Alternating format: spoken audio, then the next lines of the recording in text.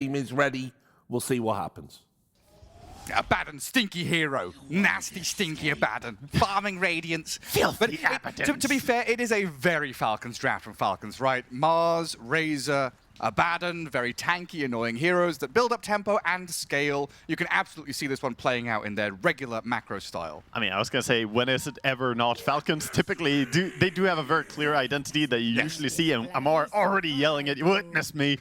Mars looking to be the big teamfight spell in this game. There's, of course, Phoenix as well, but I think Phoenix might have a hard time getting those really good ultis here because there's some funny stuff going on where Jakiro can double hit. Murta eventually will be able to double hit, and Crit is one of those players who every now and then sneaks in a bit of, power treads, get a bit of attack speed going at least for Murta. It could be hard to land a good egg. There's a bit of banter in all chat as well between the two offlaners. Collapse saying, oh, you got your 24-pick Mars waiting till the very end. It's like, it's the second time I've done it. It's a new hero. Apparently, there's a hidden backed pick from Amar that might be coming out in the future in the tournament that Collapse has caught a peek of. We'll find out how that all goes, though. Game 1 of this best-of-3, Team Spirit taking on Team Falcons. Amar up at that top rune spot being eyed up by Rue and Laurel, so a little step back. I think every single offlaner basically has to add Bat to their repertoire in this patch. It's just that strong. If you're an offlaner or an aspiring offlaner, I recommend trying out go for the Bongo Boot Rush on offlane Batrider. It is absurdly strong. Very, very nice to play because you're so damn hard to kill. And you can just kind of play a farming game, more so than the Blink Rush and Pickoff. You're just kind of vibing, hanging out, farming a big area. And left undisturbed, you get towards the pipe, and then you're absurd. You have so much HP regen that you never die. Yeah, he's a great hero. Not in this game, though, sadly, as we'll get into the lanes. Skitter down south with the Abaddon alongside a Jakiro. Pretty obnoxious lane there that should be able to get Abaddon to his Radiance timing reasonably simply. While in the mid lane already, Lorinov going with that static link to drain some of Lar's damage and secure himself some last hits early on. Yeah, it's very nice. Get the immediate damage difference there. Bonus 23, minus 23, offsetting it a little bit. Laurel still can spell farm really easily though, having the static remnant. Storm, arguably the best spell farming mid laner there is, so he should be fine even against the Link. And top lane, Yatoro already giving the clicks to Amar. Giving his boar back as well. Let's keep the harassment going. Yeah, he was using Boar really nicely to zone Crit out from the high ground there, using his Phoenix as well. Oh, the Hawk gets killed off by a Mars Slam. Panto denied the Boar as well in the back. Making sure nothing given, nothing gained to Falcons in that top lane. But yeah, can expect a lot of aggression on this lane. The Murta Mars is something they've run a lot of times in the past on Falcons. Always looking for kills, but at the same time, Panto has had some performances on Phoenix. We saw a sneaky ulti last time where he got a, who was a kill on a mid laner or carry player? I can't remember, but he's been making some moves, this boy. Yeah, that was like the bottom right corner. Yeah. Right, yeah, I can't remember who it was, but I remember the moment. It was the carry, right? Yeah, it was someone turning, carry Razor turned around to try and kill him and then died. Yeah, Panto's had some good performances on that, for sure. And this Muerta, you talk about this combo with the Mars. It used to be Mars Snapfire, right, as the main one, and now Muerta has really emerged as this replacement as a position 4 ranged hero and just feels much more potent in every regard. Yeah, Murta still brings a lot of utility, having that silence plus the dead shot, and then still being pretty hard to burst by nature of just having the ulti. Ulti becomes less of an aggressive thing for support Murta, whereas carry leans heavily on it for damage output. Murta can use it to dispel in this game against the fire spirits and of course protect herself against Slaughter ulti. So what? Yatoro there just lost his courier. It looks like Lauren's going to give the chase down to Laurel, but a ton of damage given back to him by that Remnant Overload. Yatoro loses his courier there. Like, how big of a deal is it to lose your courier, give gold to your opponents, and why do we not see pro players keep their animals safe? Honestly, sometimes you just tunnel vision too much in the laning stage. You have so many things. There's harassing this guy. There's 2 players you're playing against. You're coordinating with your teammate. And then you have aggro pulling, last hitting. There's a whole lot of things that you're juggling. And then suddenly you just forgot that your courier is just about to bring you your precious tangos. As long as you get your delivery, you're happy. If the courier dies before it reaches you, that's when you're sad. If it already gave you your stuff, you're like, okay, that sucks, but, it's fine. Well, money into the pockets of Falcons. Happy with that. So far, pretty even last hitting there across all the cores of Team Spirit. Razor a little behind his counterparts, but should be able to catch up. Well, we have eyes on the bottom lane. Abaddon and Jakiro. Quite a lot of damage over time has brought Collapse down to about a quarter of his health, but the lane is in front of his tower, so a safe spot for him to sit and farm. Yeah, he's good to farm there for now, but had to pull it under tower, so it's gonna come back around and Abaddon going for some denies. Mid lane, we keep seeing the same song and dance. So far, though, the Storm coming out ahead in CS. Mar up at top, spears Panto under tower, very close to losing his life, and the axes will secure it. That first kill of the game does go to Falcons as Panto falls, while Laurel in the mid lane fires back up. Stays alive to that plasma field of the level 4 Razor. Yatro's lost his courier with items on it this time. That's not a good feeling right there. Yeah, he wants his boots as well, but he can... oh, wait. Did he not drop it before Panto TP? Oh, okay, a little bit of a miss. He had boots in stash, but Panto TP does not bring them, so he'll be slow for a while. It's okay, his courier will respawn eventually. Mid lane getting a bit funny. Dire Wave coming onto tower as they go for the water runes at minute 4. Yeah, Laurel is just trying to avoid having a straight lane phase here, trying to do shenanigans on mid lane, something Storm quite often has to resort to in different matchups. Razor is definitely stronger just for straight up laning. Every single core is very close in CS, by the way. 24 to 20 is the range here, just one creep wave difference between them. Yeah, super tight. So is this Storm Razor lane like similar to this Huskar Necro versus Ember Spirit? Not as bad, obviously, but is it the same kind of thing where Storm wants to dodge, dip, duck, dive, and dodge? Honestly, Storm just wants to maximize farm. That's really it. He's not really struggling in a lane against Razor, but he wants to get as most as possible, so pulling the creep wave and moving towards jungle like he did now, stacking up the jungle and farming away. This is more what you're aiming to do. Hit level 6 as soon as possible, and then start eyeing up ganking. Collapse, getting slowed a lot. A few stick charges and raindrops in his pockets. It's going to be okay to keep on battling. And Rue can add in a lot of damage here with the Ether Shock and the Shackles, but for the most part this is just securing Collapse's farm as that wave will push forward.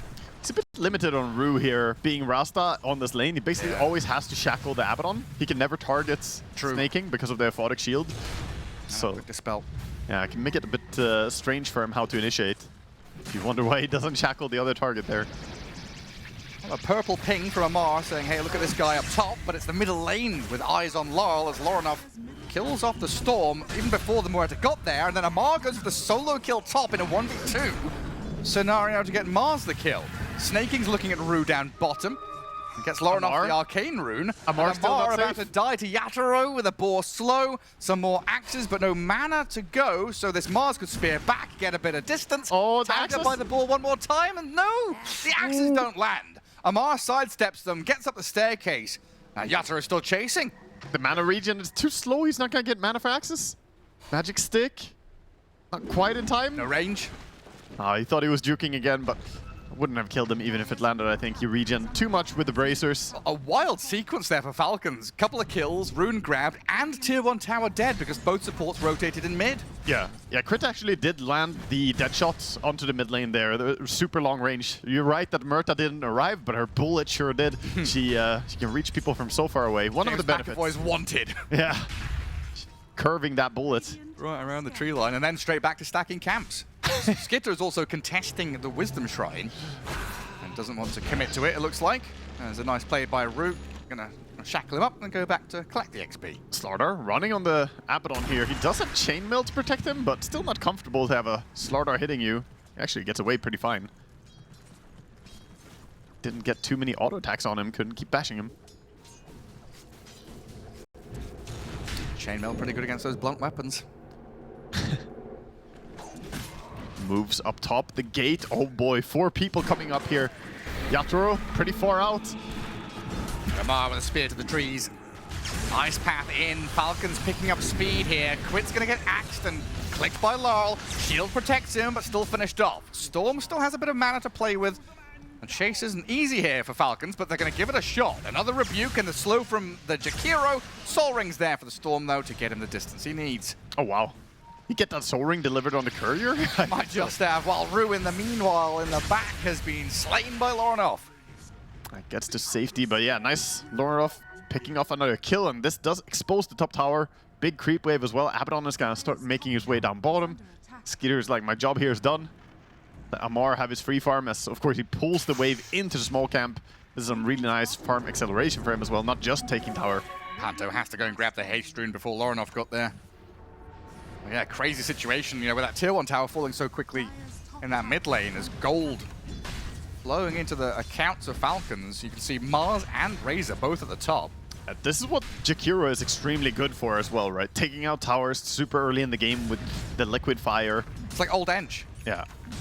Oh, it's incredibly useful and can really stifle Spirit's impact on the game here. They have this good pickoff lineup, but if you lose your towers early, map becomes small, it's hard to play the pickoff DOTA. You want to be on the field, so every tower they take on Falcons is going to give them security later on. And there's like compounding problems as well, because we have to think about Beastmaster as a very important timing hero. Snaking's going to get roared. Nice spear from Amar is going to force them back, but Laurel's arrived to add that extra touch of damage. But like compounding effects of the Beastmaster doing his item timing, well, Amar's going to go arena him, Calling's there, and this Aghanim Scepter is going to get delayed even further. Because when you lose your towers, you lose your life, you have less map space to farm, and this Ag Scepter, which is required as a fast item for Beastmaster, the more you delay it, the worse the hero is, obviously. Yeah, and for sure, Beastmaster is one of the heroes who's the most item dependent out of all the heroes we see drafted here in this game, and he's looking pretty underfarmed now. 3.3k net worth at 10 minutes is nowhere close to where we expect to see Yatoro. He is one of the, the top farming carries in general. He's super efficient, but they've really done a great job shutting him down. I should never have bad-mouthed the Abaddon, should I? Look, Yeah. look at where we are now. I mean, it's Skeeter. You know he's gonna go gate, right? He's always gonna go. Skeeter is one of those extra anti-carry players from the carry role. He will make the gate move. The Duraccio. 9 out of 10 times, yeah. Duraccio and him. Or if we go even further back, was it CDEC Aggressive? Yeah, he wishes he had gates. He basically played like he did. He invented gates before they existed. Lama level 6 gyro, I'm TPing. Going. Still firm control here for Falcons. A minor 2k lead, 10 minutes in. Not super drastic, but definitely advancing faster than the Spirits team are. Yeah, I mean, bottom, they're setting up on the Slardar, gonna slow him. He does have the sprint, he's gonna be fine. But they're starting to build towards pushing the bottom tower as well with just these two heroes. Whittling away at the resources to make sure you can't hold on and put your body in the line of fire. Yeah. So now what Spirit want to slow things down, try and find an even pace here. Because it's not just the Beastmaster, right? Storm Spirit also quite reliant on farming stacks and jungle camps to keep his own net worth up. Honestly, I think all of them are just mode farm right now. Right. They need items. Blink is 1,250 gold away for Slardar. Storm, like you said, wants items. He's probably the most likely to join fights with the supports, make some smoke rotation. But Beastmaster, he just needs to, lock in and get his items, basically. It's going to be 2,400 gold before he completes that Aghanim Scepter. So now time to bodyguard all these high-value areas of the map. Phoenix and Shadow Shaman sitting around in that top jungle with double wards, quadruple sentries to try and give them that extra vision advantage to hold on to that. They have the mech. There's a mech difference right now where mech is complete on the Razor. Oh, yeah. And the Storm is not going for that mech build. He's not going for the Guardian Greaves build that we've seen quite a bit. Instead, it's Power Treads, going for a more traditionalist approach. Scaling. Yeah. A bit stronger in that mid-game. As for... Like you said, Falcons, they go for tier 1 bot. Yeah, easy as well. No defense for this one. Power Rune, they might find crit here. He fears away, and he's going to deny the region. Yeah, nice calling to stop Panto's advance. Good stuff by Crit. And he's tanky enough to deter them jumping. And he has the Vit booster going for Rod of Atos, of course, to help catch the Storm Spirit and Slardar. Yeah, it felt like Storm maybe could have jumped that, but you're right. Yeah, just a little bit too tanky to go on with raindrops and 11-1 charges. Yeah, 1100 HP as well. Like, that's a lot to even go through before factoring in those other things you mentioned. And like, always an interesting dynamic when you have these kind of teams of this kind of caliber playing against each other, because we all know how oppressive Falcons can be when they get an early lead and they press forward on the map, getting this advantage, building and building. But with that said, Team Spirit are also notoriously good at taking these mid to late game team fights where even if you have a massive lead, they find these wild openings where they can flip the game. Yeah, both these teams have like conflicting power spikes, right? Everyone knows Falcons typically take over games really hard and then keep that control, but Team Spirit, one of the most tenacious teams in Dota, hard to keep down. Oh, we're down 30k? Don't care. Yeah, don't worry, we'll smoke up, kill 4 people, and then it looks like it's an even game again. They are very, very difficult to count out. Still can't understate the challenge that they're facing now, though, with this Greaves, overfarmed Razor, the MOUZ now running at you with Yule Scepter pretty much done. Now Panto on this Phoenix getting rebuked and speared back. needs some defense in the form of Rue and Lol. What a Call in silence. place, though, to stop any kind of Hex or Shackles, while Lol will jump crit to maybe make him pay for that, but he gets off his ulti. Yule Scepter to the skull on the Shadow Shaman, and the arena there on Lol. Spear back. Rue, finish off the Shadow Shaman, and any thoughts of aggression that Spirit had quickly hampered. Yeah, very nicely done there. And Crit, we see him using that defensive ulti, just holding it for a long time, baiting the opponent to go and overcommit on him, and then finally they just pull the trap and say, okay, you're dead now. Get caught in the arena. And that Lorinov was there joining in, like, any more targets? Spirit don't hand anything over to him, but they were ready. Falcons are ready to bring everybody to fight that if Spirit were ready. Another big thing is that the rune control is really going well for Falcons, denying the region rune earlier, now getting the DD rune on the Storm, or on the Razor, denying these things from the Storm, who's one of the most rune-dependent heroes from the mid lane. Yeah, rune-dependent. Would love to have Aegis later on as well. And just check the farm level on Amar, dude. Like, when you let this guy have a good start, he's so damn efficient about getting, you know, stacks whenever he can, farming the jungle plus the wave at the same time. 7.5k net worth Mars. I mean, this was the team that started the whole carry from the offlane, right? Really subverted everyone's expectations. The When Battle Fury like, or so. the offlane has become the safe lane. Like, what's going on here? And the Yule Spear going to be able to catch the Phoenix, but a good jump from Laurel gives some protection to Panto to dive away as Collapse comes in to battle back into the Mars. Dead shot thrown, but Amar has bitten off a little more than he can chew. Rue is still chasing for more. Crit pretty slow, trying to get safety. Good TPing. TP spot. Yeah, well done by Crit. Very nice. Yeah, he understood that not safe to just keep walking here, so they only end up losing Mars, but that was the most fun player on the field. Big takedown there for Team Spirit. An important window, right? Making this aggressive move top left corner gives the Beastmaster a lot of safe time to farm that high-value Ancients area on the right-hand side. So now Agnins is done for Yatoro. 15 minutes in, you know, it's not ideal, but he's getting there. Yeah, also the Agnim's completing. It doesn't necessarily mean that now he wants to go. That's sort of just your farm steroid. Now he wants to go far. Yeah, exactly. But yeah, 1 minute slower than average, so it's not a horrible timing. He definitely got it, you know, despite all the odds. That's still pretty good, and Amar is still being punished in this top lane. They stuck around here to deal with him. All four members that were up here for their initial fight gives Laurel a dominating streak. Wow, TP in and dies again. From being on the top of the mountain, now he's falling behind these other cores. And bottom lane, Skitter's being poked at here. Has the ulti to level it up and cast it, but still low HP. Has No to pop his mana? magic wand. And Yatro has spent all his mana farming jungle count as Waga. Yeah, he couldn't roar. Otherwise, he could have waited for the ulti to go kind of low duration, then pop a roar. And they're turning on him. Ice Path into the catch-up from Skitter. Macropie there as Lal jumps in, but Yatro is being burst down. Skitter falls, trade carry for carry. Lal out of resources now, but Collapse has jumped back in onto Lorinov. Falcons being toyed with here by Spirit as they lose 2 cores.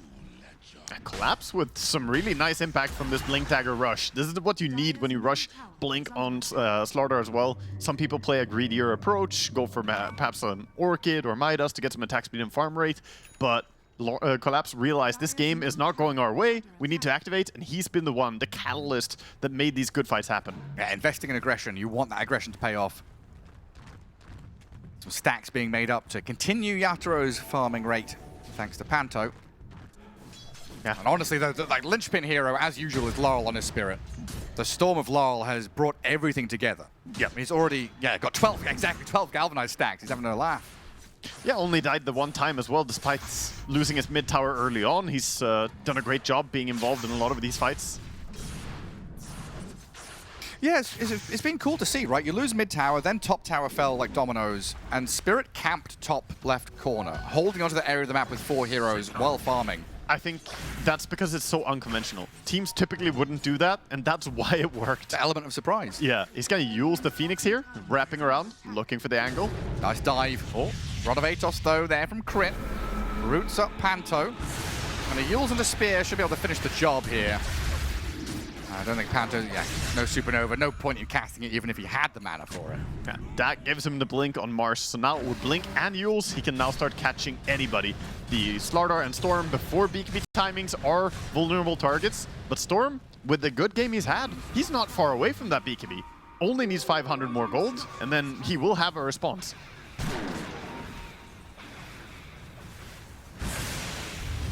I think these backs are pretty even.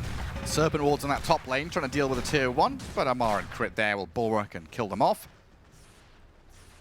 And Rue just trying to open up this map, because that move there, that push on the lane, the Serpent wards on the tower gives Laurel, access to these 5-6 camps up at top. Also nice usage of the bulwark. That tower would have fallen if it was any other hero, but Mars redirecting the auto attacks to himself, using the bulwark active, of course. It's like one part of a skill that's not super often relevant, but whenever it is, it's always cute to see it. In particular against something like a Medusa, you buy a blade mail, just turn all that damage into her. Oh, another catch here from Amar. Yules into Ice Path, the combo they're going to utilize, and the calling to silence, another finishing blow onto Panto. There's a kill on a support in the mid lane, so they're going to try and pivot elsewhere to look for objectives, as of course 19 minutes in, we're looking at Roche and Tormentor. But this, in the meantime, Team Spirit took the bottom tier 1. Yeah, they're still farming, trying to get their items. The Beastmaster did not go for a Blink Dagger immediately, instead bought the Ogre Club, working on a BKB himself. I think they're respecting how much the magic damage output is from Falcons. It's just too much to ignore. A Storm jumps over the top, has BKB up, half HP Roche, Lol goes for crit, looking to kill off the Muerta, but doesn't have enough in the tank. Now Zip and TP out. He's caused some havoc here. Yeah, he's delaying it. He's got to come back with resources in a bit. Yatro's going to start stacking up axes now as Amar makes the jump to find a target. Doesn't quite have the vision to keep tabs on the Beastmaster. He tried blindly to catch, but didn't find anyone. As Roche is going to move down bottom, they're going to follow him and secure that Roche, but this does give a chance for Team Spirit to take Tormentor. So at least they will get a decent trade. When you're behind, this is acceptable. You get something for yourself, take away an objective you couldn't fight for otherwise. It's funny that, isn't it? Because it feels like they're behind in map state. They have been behind this game. They've got that 1k net worth lead. So like, by net worth difference, they're actually ahead.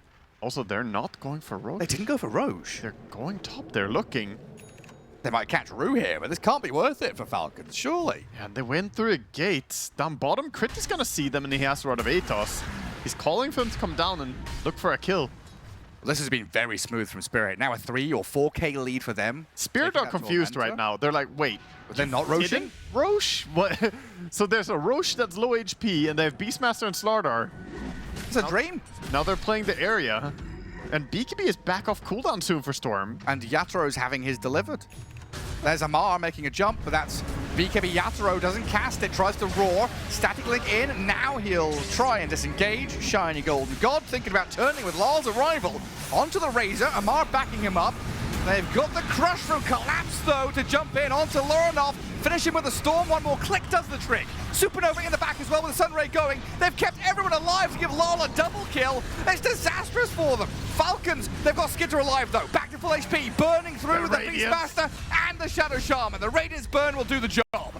Started as a disaster, turns out to be a decent trade for Falcons. Yeah, Falcons.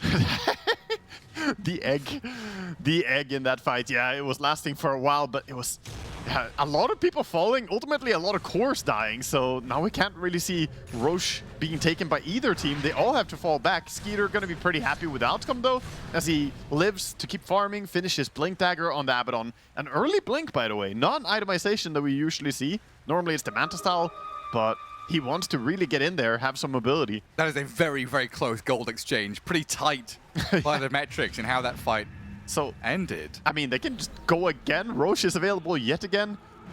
This is where you start thinking, like, who's more dependent on their ultis? And I would say not having the Phoenix ulti does make it pretty hard to fight for this Roche. So Radiant are swinging straight into it. Such a funny build on Lorinov. And the panel we're talking about it, this Crimson Guard second item, which is going super tanky, gives them the opportunity to play forward and be aggressive because they feel unkillable. They're so strong with so much HP, they'll force Yatoro away from his Ancients and out of that high value area near the outpost. Yeah, he's working on it. Lorinov getting tankier and tankier. The entire game plan for him is just to be unkillable and be the frontliner, opening the eyes of the Mars to go for the key targets, the pickoffs. Sadly, they don't have the blink. Yeah. That's an Abaddon. Their Roche damage is super low, so they're looking for these pickoffs instead. Roshan has healed back up. Roche is fine. He's good. He's like, guys, you don't have to kill me. It's been 4 minutes. Just leave me alone. He was at like 4,000 health at one point, wasn't he? Less even, I think. Yeah, he dropped pretty low, like somewhere around there. Oh, plenty of time for him to heal back up. Time heals all wounds, Gareth, and Roche, he's benefiting from it right now. He's soon back to full. Especially with Roche. They keep shooting him though. Dead shots, fire spirits. Leave him be, guys. He's got Kevlar on, he's fine. This has given a lot of time for finishing some key items though. Collapse has been farming non-stop on the side, on the Slardar, working towards that BKB. He's 100 gold away, so he's going to be more powerful in the next team fight. Whoa, whoa, whoa. Amar's quick buy. He's mad. Oh, Amar trying to buy his Hands of Midas. He's going to get caught by Rue. Serpent Ward's out to Hex, but Laurel doesn't feel confident here to stay around because Falcons brought the numbers to defend their Mars. It's a pretty sad thing to be a Shadow Shaman and have your foul play trigger, and then you realize it's a Radiant Abaddon staying next to you. You're not getting out of that one. No escaping that. I guess he does have the shard, so he can always try to pop a healing lotus or something, but yeah, no, you're dying. I mean, is Amar genuinely thinking about a Hand of Midas, or is this just memeing on us cast? I think this is just stuff Amar does. He does this in pubs too, and like sometimes he will buy it, but most of the time he just does this. He's probably yelling at his teams right now. Like, guys, tighten up. It's espionage. He's obfuscating his real item build, pretending I'm going to buy 3 Hands of Midas. Yeah. Cool. Yeah. I mean, it does say +6 down in the corner, and there are 4 that we can see, so I think he wants 10 hands. Oh, jeez. Yeah, he wants more than he can hold, quite literally. Crit, spotting out Laurel, has already spent the calling, Rod of Atos, and Dead Shot. Just poking at the Storm. While bottom lane, there's a few heroes approaching this Slardar. Mars and Razor are on to Collapse, forcing a fast BKB from Slardar. In comes the Shackles from Rue to try and keep Collapse alive, but that might have sacrificed himself. Yatoro though with a roar, Laurel back in, Arena's down, nice Collapse falling with Rue as well. Macropire placed, Skidder comes in with the ulti to pop, so he's still perfectly fine to keep going, and Lorinov picks up the double kill. Spirit, it feels like they're out of gas in this one, but they want to turn with a Supernova and another zip onto Skitter, and they found a kill. The opening, thanks to Laurel's Storm, just keeps them going. Yeah, they have a lot of gas in the tank, and the Abaddon not having ulti. They recognize that weakness. It was a good save against the Primal Roar, at least saving his Razor, but in the end, 2 core kills coming out for Team Spirit. Yeah. Are we adding 2 more Hands of Midases after that? I'd assume so. he's back on BKB, okay? So he's mentally reset. He's found a normal item. When Kezu and T were saying, yeah, Beastmasters, be normal with your item build. Let's not go for any funny Silver Edge business. Maybe Mars has got to go for a normie build as well. Is it Amar, or who is it as refresher on their sticky purchase as well? That was Amar, yeah. Just for when you need one real quick, of course. And Roche has relocated yet again, and he is back to full health. I would like to update you that he has recovered from the attempts on his life. Yeah. Good healthcare system in DOTA, isn't there? There is. The ICU, actually, is impeccable. Bringing people back to life. Rue? Necromancy from the dead. Being sneaky. Collapse has been spotted, though. As Spirit don't have all their heroes up here. Storm is mid, Beastmaster's bottom, but it looks like Collapse's BKB is enough to let him slip through the river. Shadow Shaman's still lurking all the way over to the left-hand side. He's being beyond sneaky right now. This is behind enemy lines. Is he going to go Serpent Ward away? Oh, that tips off Amar. He got... jump. Crit's just going to poke at Laurel here. Pierce of the Veil as well to protect him from any right-click physical damage. And Laurel thinking about finishing the job, but Crit's giving it to him. Abaddon's arriving as well. BKB from Storm. Crit is shielded, and now Laurel's got to give up on the chase. Guard. And he's running low on resources. No mana remaining. Skidder, could he blink on this and finish the job? Like, they don't have control, but they might have the chase and the damage? I think he may have overplayed. Yeah, he doesn't have much. Yatoro's come, though. Roars up the Abaddon. Deadshot fears up the Storm. Oh, he's bouncing around the trees, but he can't get caught by the Ghosts of the Calling. Zips to low ground, safe and sound. He didn't have vision to catch him with the Atos, and the Ghosts were just slightly off to the side. Did not quite get the angle on him there. Meanwhile, up top, there was a funny... What was happening with Rue? Oh, wait, hold up. They're chasing for more. Mars, gonna blink on them. Blink out by Collapse, blink out by Rue, turn around onto Mars with the Hex of the Shackles, Serpent Ward. The Chain Stun's not going to come because the shield is there, but the damage is good anyway. Mar gets cleared, and Skidder, he's might have to pop his ulti. He shielded himself up, so he's okay for now. Yeah, he shielded off the shackle, but the crush was immediate afterwards, and that brings him down quickly as it reapplies the ulti from the Slardar as well. Phoenix damage is insane. Yeah. No, okay, back to the fight. Yeah, what happened with Rue? So, Gossip Amar was farming in the jungle. Oh, here we see the angle in the storm. Look at the silence, it's so close. He doesn't have vision of him here. Barely in Fog of War, couldn't ATOS. And a Batten had ulti, huh? Yeah, I think so. But so Mars was farming jungle, there was a Wild Wing nearby that he was farming, and they only use their spell if an enemy is near. Right. So he got tipped off by the neutral that Rue was being sneaky and near in the vicinity because the neutral cast a spell on him. So he started hunting, looking for the Rasta, found the Rasta, but eventually Rasta just shackled him and blinked away to safety. Clever. Got out. Rue being a ninja. Well, even given that first 15 minutes of play, Falcons haven't managed to keep that oppressive nature up. 8k lead for Spirit now as they've found so many ways to fight back and open the map for themselves. A lot of it's on the back of Laurel as well. He's been doing so much work. They will snipe out Panto in that top lane with that smoke move. There's been a lot of wave cutting and like back farming. Laurel and Rue have been doing a good job opening the map. But this might have been a step too far. As the BKB zips into the middle of the rest of Falcons, but he's got plenty of mana to zip away. Yeah, sadly, he tries to make something happen, but realizes he can't really kill a support in time before BKB goes down. So just gonna have to back out, and this should finally be Roshan falling. Well, Roshan's like, I've just had my cast taken off. My leg is healed, my bones are healed. Nice. Come to break them again. Well, he did get 10 minutes extra of life, Gareth, and isn't every minute worth it? Sure. That's a long time in Dota. It is a long time. You know, I just don't know what kind of life Roshan's living in this little dank cave that he resides in. think about it like this. You know, he may respawn in 8 minutes from now, so technically him getting 10 more minutes of life, that's like an entire lifespan. He got like 80 years worth, Gareth. It's big. Oh, accidental BKB? Or did Yatoro see something that we didn't? I am not sure. Well, he doesn't have it for 90 seconds now. So how many Roche years is a human year? Are we going to get into dog years and cat years? I think 10 minutes is a lifetime for him. You know, average lifespan, yeah. Oh, who's that off to the left-hand side? It's Rue. They see him, though. Yeah, right? The little red zaps are going into the tree line. He's going to try and steal it. Doesn't get it done. Bro, Rue is playing 5D chess this game. What is this man on? I don't know. Did they fix that? Because you could see that in Fog of War. Yeah, I'd assume the they- Tormentor thing. Normally you can see it. I don't know if that's been changed and it wasn't in the patch notes, but I thought they would see him for sure sitting in tree line. Maybe nobody was looking that far to the left. Maybe. You know? They can't see Laurel here, but they can see Panto. Storm's going to zip to deal with crit, though. A quick blow-up on the Muerta. And now Falcons trying to figure out how to approach this. Mars is coming in from the south, but I think Lorenoff and Skitter might just want to back up. The problem is they can't really siege towers, even though they have the Aegis. Storm just goes up, clears the creeps, not really scared of anything. Without the Murta alive, you're not going to be pushing anything. And Yatoro is getting pretty big. 19,000 net worth. He's been farming, for sure. They see Lorenoff, that's the Aegis Razor. Don't want a hard commit on him, so right now Sunray to poke and a Slardar to jump, looking to force the Abaddon ult. Storm's silenced, but he's got plenty of health to walk it back, while Lorenoff, Aegis might be claimed here by Collapse, but he's got his team behind him. Razor will not be found.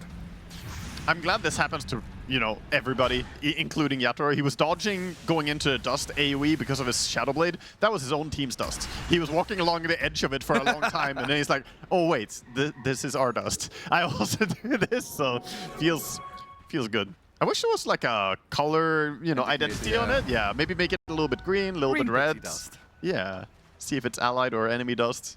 Can be confusing sometimes. Give a little bit of sparkle. Oh yeah, this is the Rue cam now. We're just watching Rue do funny stuff on the map. What's he up to? What's he up to this time? He's sitting behind Yatoro. Ah. He's just getting the experience while the Manta Illusions were farming, you know? Get yourself something on the map. That's not even the real Yatoro, is it? The real one's top left corner. Now coming through the gate though, Collapse and Yatoro are going to join up with Rue now. And Lorenoff showing on the wave has BKB and the Aegis, so this is a little bit awkward. Rue going to pay the price there. Pops into sheep form, but Yeah, he's gonna fall. Let's find him. The rest of them, I think, will be fine to get away from this. Got channeled the gates. We'll be in time. Chasing. Yeah, he's invisible, so could not do much. I mean, not like Abaddon can stop you from gating anyway. He can silence you with the Orchid, but that doesn't stop already existing channel. Laurel is watching Amar. He jumps him. Quick Yule's up.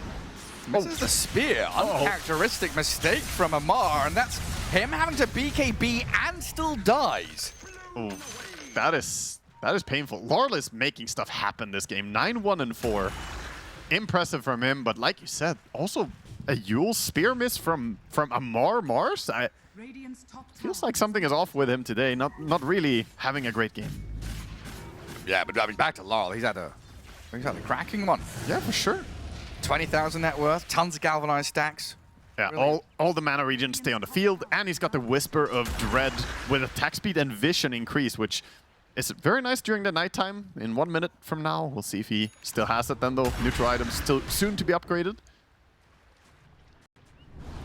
And this is a period of the game where Falcons had Aegis. They've not really been able to press any kind of advantage because they have been behind. Panto, with Lol and an Eon Disc on the Phoenix, actually gets away from Skitter and Lorinov while Yatoro comes forward. Abaddon ulti already spent. Yatoro's quite low mana though, and thinking about how to re-enter. The Shadow Shaman's going to drop, Snaking's traded out. Lol beyond godlike, but this Sunray Supernova combo into the arena that Amar tried to place to defend his Skitter. Abaddon blows them up. Lorinov's trapped in the Serpent Wards too, being finished off by them, trying to break free of the cage that Rue put down. Yeah, still has the Aegis, so they don't really care. Looks odd, but he's not really worth going on right there. It's about the timeout anyway. Beautiful save from Panto with healing from the Sunray coming in there over the top, keeping Yatoro alive.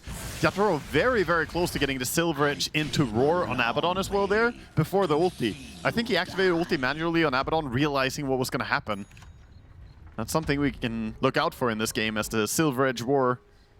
Of course, he's queuing up the Orchid next. Then you won't be able to do anything against it. If you get silenced, broken, then that's a sad Abaddon. Like, overall, pretty cool from this Phoenix. Like, the hotspot, obviously, showing the massive damage output from him in these team fights, but going for this Ether Lens Eon Disc, going for all the items that have the AE at the beginning of them. Yeah. More range on that Sunray is pretty nice, but this Eon Disc keeping him alive is very good. And look at that, he's just behind the Storm in terms of overall damage done. Yeah, he's having a cracking game as well. Panto is definitely stepping up here on this Phoenix. And he's building towards a refresher. I kind of like the choice. One ulti is nice, but what about a second one? Well, there's the first Hand of Midas for Amar. Oh, no way. I saw it pop up on the right-hand side of the screen. No way. He's bought one Hand of Midas. Okay, the 36-minute Hand of Midas. Yeah. Curious. I'll leave it to the panel to explain why this is a good choice. Well, I don't understand it. So. Yeah. Well, I mean, I guess he feels like they can't win now, so this game has to go late and queue up to Midas. I mean, what's the maths on Midas now? How long do you need to... I mean, I never really bother too much with the maths on it, because ultimately it gives you gold over time, whereas hardly any other item has that property. So to me, it's not relevant how long time it takes. It's just a gold generating item over time. Okay. Gold engine. Yeah, and there's never it's not a binary thing where like, oh, now it's given back the amount of gold I spent on it, so now something happens. No, you're just getting gold over time, right? It's just neat. But it's one of these things where he's kind of looking 20 minutes into the future, right? For sure. Yeah, you're definitely, in practical terms, he's definitely looking for like minute 50, 60, you know, that's the power spike that Falcons are aiming for now. That's a pretty wild state of affairs then. I mean, they're obviously 13k behind, and Spirit have been running this game, I think, for the past 15 minutes. Yeah. And there's through this Laurel Storm. Another jump, a roar. Lorinov breaks free with his BKB. Here's the Veil from Muerto on the left-hand side, but Yatoro, he's being burst down by this Razor. Lorinov finishes the job, the Sunray unable to do enough. And Skitter with that ulti is going to keep topped up. Lorinov half HP being jumped by the Storm yet again, but the Yule's Arena Spear will find Laurel this time here. They'll blow up Rue and Laurel in quick succession as Lorinov, Skitter and the boys get the job done. Collapse being walked like a dog as Lorinov stands his ground and delivers. Man, that was showing how hard it is to burst some of these heroes on Falcons. That gold swing. Yeah, having the Abaddon for the combo breaker with the Aphotic Shield, keeping the Razor alive. They switch targets, going on to the Snake King Yakiro instead, but then they leave Yatoro hanging. It's the Hand of Midas effect, Waga. It is the attack speed. That's it. I mean, now if you win a fight while having Midas, you just get, you know, Value. all kind of sort of validation here. Like, oh, it's such a good Midas now. Now it feels amazing. You've got Guy Fieri's Flavor Town. You've got Amar the F's Value Town with his hand to Midas. Yes, that's what it is. It will push him pretty close towards his refresher, though, and then the Midas will double in value, Gareth. Perfection. But yeah, going on Lorinov there. Very tanky with all his auras and stuff. Shielded. Yeah, Yatoro got left against Skeeter and against Lorinov. That's not really an easy fight for a Beastmaster to win. Fighting against Razor and Abaddon is not a good time, especially with Abyssal on the Abaddon now. All these BKBs for Falcons paying off. Spirit, as we've said, usually very good at these mid to late game team fights. Just not finding what they needed there.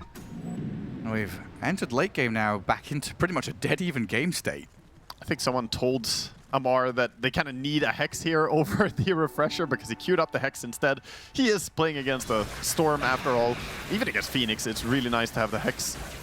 Get some good lockdown.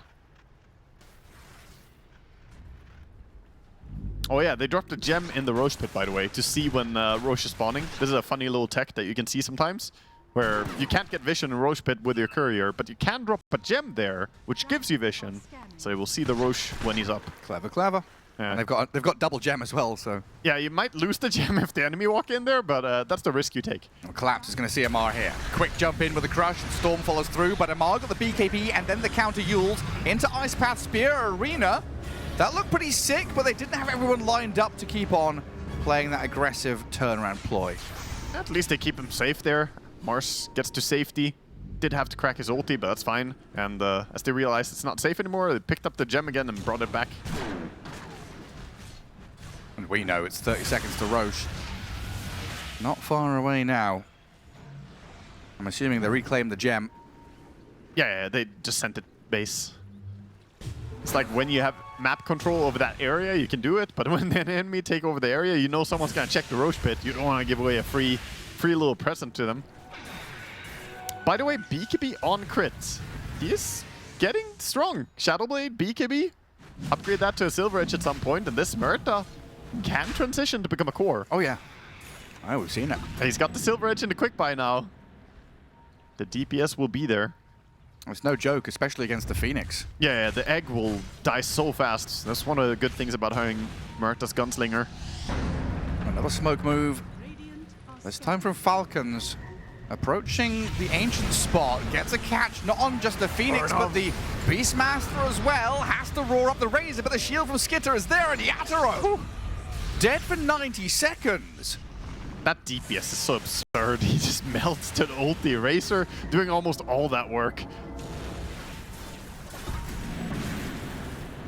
I mean, it's funny. He's got so much survivability in his item build. It's Greaves, Lincoln's, Crimson Guard, BKB, and then Assault Cuirass. It doesn't sound like it's gonna hurt that much, but boy oh boy does Razor just absolutely demolish Beastmaster. They're gonna try and contest this? They've got no Beastmaster for 60, but look at Collapse and Panto. They've got Refresher Phoenix. Oh, no. Skitter comes forward, Supernova up, Lorinov dropping low, Roshan about to fall, Collapse in the pit! Collapse snatches it! Aegis grabbed! He does it every time! Collapse finds the opening! He's got Jakiro locked in place, Amar, he's gonna walk through his arena now onto the Lol Storm, but Panto keeps going with the Sun Rays. Another Supernova! Lol falling, can't be healed up! Rue tried with the shackles on Skitter and they might be able to take him down at least! Get the Abaddon! But Spirit with a grab! What a jump, man. What a call to make that play, and they're still not done chasing after Amar. I think he's gonna be fine. He has Hex, he has Spear. Don't think they can really reach more. Beautiful timing. It was a nice try by Skeeter and Abaddon, blinking out, trying to stop the jump in, taking the fight. Unfortunately, the Radiance takes a little bit before it stops Blink Dagger. It needs to apply, and that time didn't happen before Slardar blinked into the pit and stole the Roche. Can we get an overall damage check on this Phoenix? He just did 5 million damage in that fight! That is absurd. Mantle. Got the refresher as well. Double Aeon Disc value, double ulti value. 30k damage, he's done the same amount as Lorinov has. Yeah, he's... What is it? Is it 30% of the damage on this Spirit team has been the Phoenix? He's basically making up for the fact that Slardar is typically a pretty low damage output hero. Right. However, you know, the odds or the numbers are kind of counted unfairly because he minus armors a lot. And, you know, do you count the damage before or after the armor reduction and so on? But yeah, the Phoenix is definitely dishing in this game. That's without Yatoro as well, you know? Yeah, Yatoro has not been the focal point for Team Spirit here.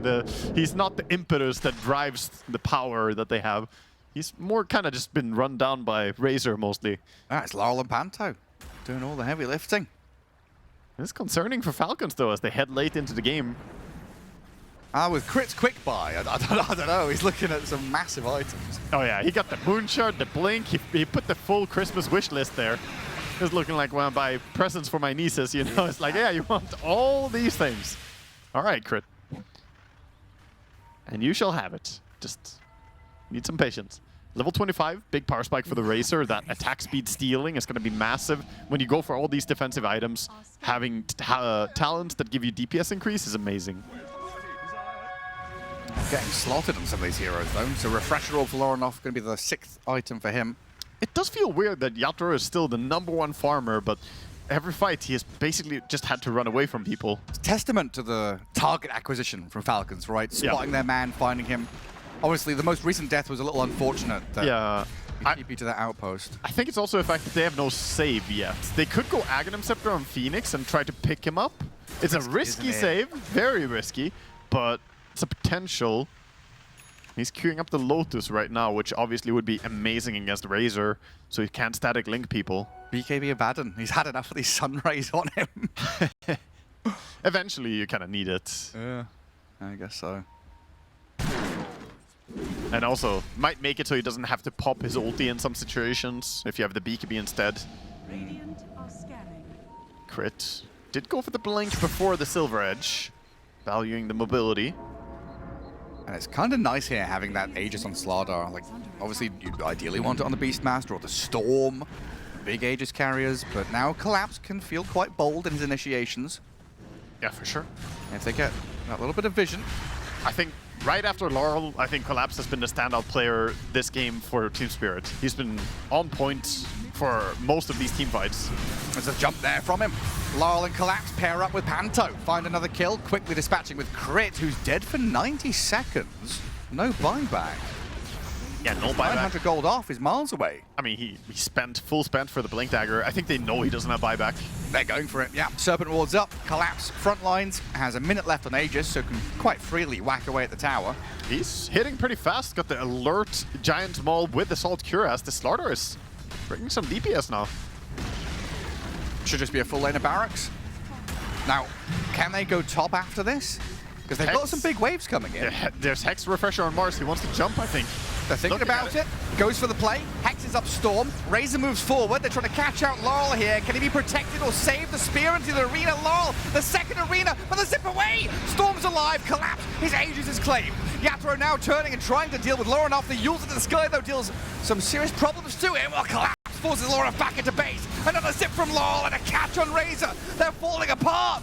Falcons try to defend and they just all die. Oh, that's so tough, man. You go for this 4v5 fight. The game's over. It doesn't work out. Immediately punished. It was a nice try, but they didn't really kill anyone. Their damage isn't fast enough to burst during the Mars catch. He got a nice double spear. He refreshed, he speared again, kept them stunned, but it was not enough. Ultimately, their damage output isn't that fast. Razor needs time to build up. He didn't get that. The team spirit effect, going late game, winning like one team fight to end the game, but like Collapse, jumping into a Roche pit to take an Aegis. That's a classic for him.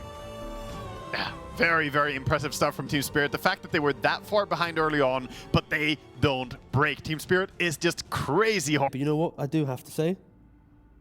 The casters are ready. I've stole your job. Whoa! Is that even true? Is that true?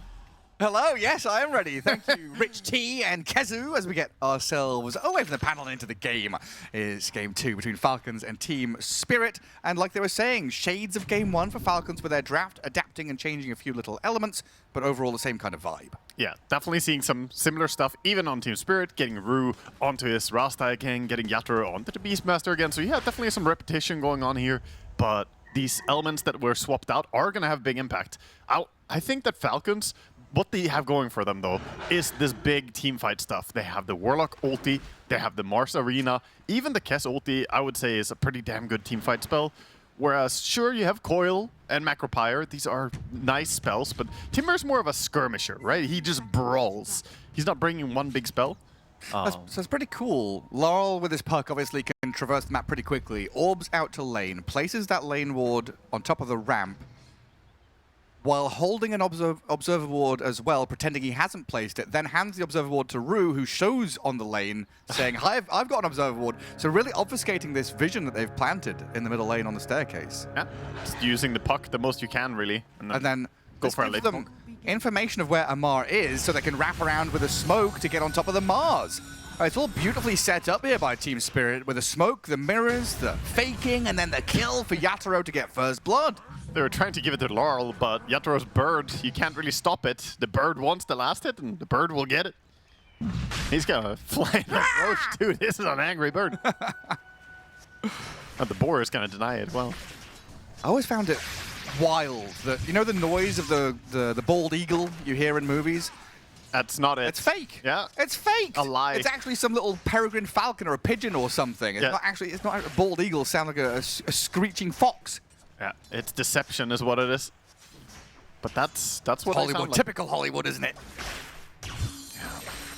Always lying to us. Well, there we go. First blood gathered, and off to the lanes we go. Off the starting blocks and at the races. So collapse up top, the Timber against the Kez.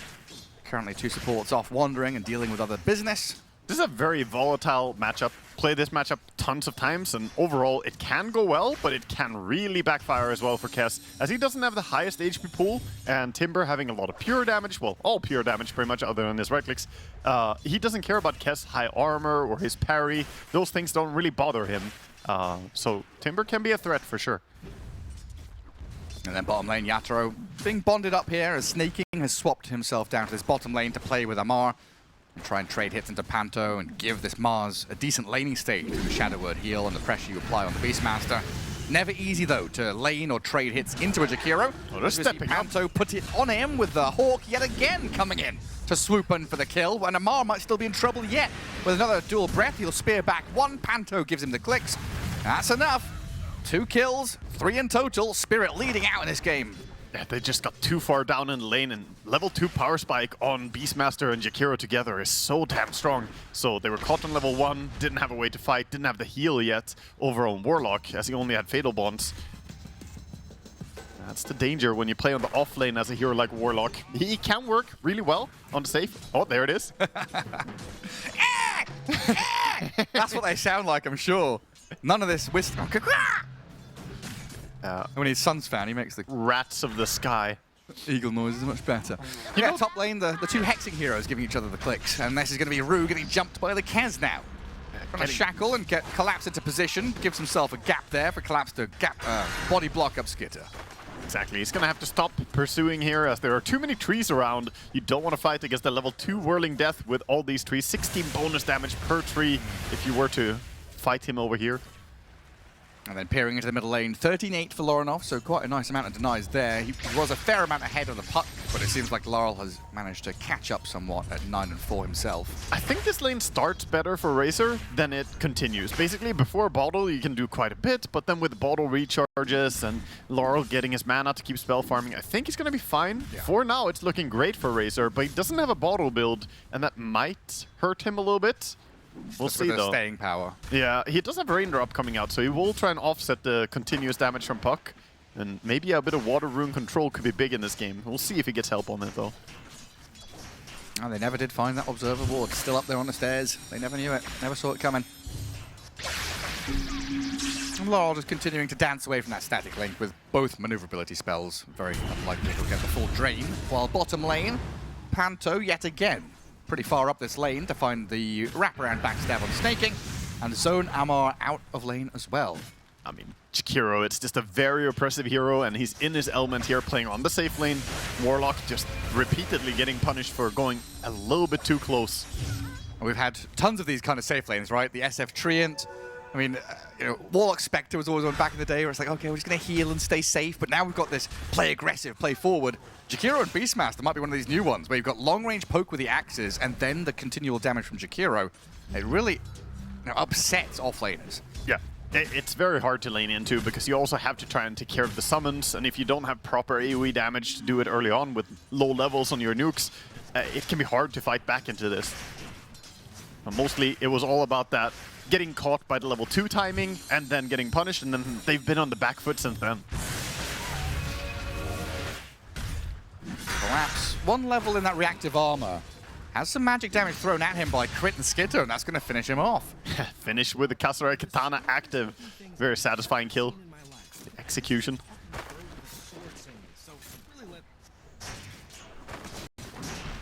And Kess starts yapping. That's one thing about that hero, man. He does not stop. He does not stop yapping. There's actually a bug that he stops talking, and that's kind of thankful because it gives you a moment of silence. Get out your TV remote, hit the mute button on it. Come on. Yeah, I open my console in Dota. It just spams error codes over and over. That's when the hero stops talking. It's nice. Someone's had enough and hacked you. Yeah, he's trying to fight into Timber, but full HP Timber does not care at all. Especially now he's got some levels on him. Yeah. Amara's going to spear back Yatoro, but I don't know if that's enough to save him. They'll bond and rebuke to get some damage back onto Panto, but with the double boars and the ice path coming, Yatoro and Panto are just ruling this lane. Gods and kings destroying Falcons. I mean, this is insane. 6-0 is the score on the bottom lane. That lane is completely disaster for Falcons. 4-0 to Jakiro. He's got arcane boots in a minute. He's huge. He's really rich, really happy, and he can swing down to the bottom power rune here as well. Get the shield rune or hold it. Very nice. Gets it for Laurel to bottle and then can turn on Lorinov. He might die. King will try to heal the Razor up. Panther will die, so the streak goes across. Laurel trying to finish this job off, but the Shadow Word is enough. Yeah, he's gonna be fine. Snaking, finding some good impact there, and does get one stack on his Grimoire at least. Thank God he could come in and help there. Super vital kill for them to get. And Collapse then left to his own device's top, with the support starting to roam around, and the fact that Crit and Skitter don't feel super confident in just outright killing him with level 2 reactive armor. I think that's the most defensive ward I've seen in a long time. Oh, hold up, the roar. He's level 6. Not again. Yatoro's here. Ice Path into roar, the double boar. Amar's going to try and kill them, but they're both on 5 HP. Both boars survived. And the Hawk, too, lives barely with 40 HP. Nothing going the way of Amar. And they're going to invade. Yeah, he's getting the look now. He's like, dude, really? And what was the ward you were talking about? On mid lane, there's a ward that's behind the tier 1 tower, essentially, defensively. Oh, wow. On the dire tier 1, it's a... I mean, it does give him some vision in front of his tower, but that is... Yeah, like I said, most defensive that I've seen. I think the sentry can't see it, though, which is hilarious, because... Just out of range. Yeah. That's pretty far back. And then in the end, we get double Wisdom Shrine for Team Spirit, so gaining massive advantages across the map and pressuring this tier 1 bottom very early on. Night and day in terms of lane for the Beastmaster, right? Much faster Aghanim Scepter on the horizon for Yatoro. For sure. Yeah, he was having a very different game in the previous game, and now destroying this lane, it's going to be a much faster Aghanim's timing. This can change everything for the game. And Team Spirit, you saw how powerful they are when they start in a horrible spot. Yeah. So if you give them a lead over Falcons, this is looking good for them for now. It does feel like they are dragging their feet a little bit, lagging behind the rest of the pack with the Puck and the Timbersaw. Comparatively, they're a couple of 100 gold behind their counterparts. Sure. Yeah, I mean, the Kess is farming. He's doing what he's supposed to, and of course, Lorinov has been playing really well in mid lane. The Hasted Razor coming up top. Collapse. He's level 6, so throws the Chakram on Skitter. Control from the Lions, decent here. And they've got plenty of damage through Lorinov to take down the Timber, although he does do a chunk back to them. Yeah, he returns as much as he can, but ultimately the Razor just dancing around him, removing all the armor, brings him down, and they're looking to steal a bit of theft, Gareth. Oh, over in the stacks. Yeah, Lorinov wants the money. It is curious as well that Lorinov goes for this skill build where we've seen quite a few Razors quite early on skill the third skill, but laning against the Puck, it doesn't really make sense. He doesn't have any targeted ability, so he's unlikely to trigger it. Obviously, he could trigger it by auto-attacking, but he can also phase shift dodge, so yeah. Don't need Storm Surge. Just go for the nuke. We're going to find another go on the Timber here. Golem from Snaking to start it off. A nice little spin from Skitter. Collapses low, but with 100 health left, he survived it. Ooh. The Shadow Word under tower, he does die in the end. I can't keep him safe. Too Meanwhile, much bleed and shadow. some thievery on the other side. The Pilfering Puck and Panto are here to take out some of the ancient camp stacks. They're getting away with it as well. Where's the sheriff, Gareth? There's nobody stopping all these burglars. Well, Amar, he's meant to be the Amar the sheriff. He's actually just down at bottom lane trying to hold on to his tier 2. I mean, Jakiro shoved the lane all the way in.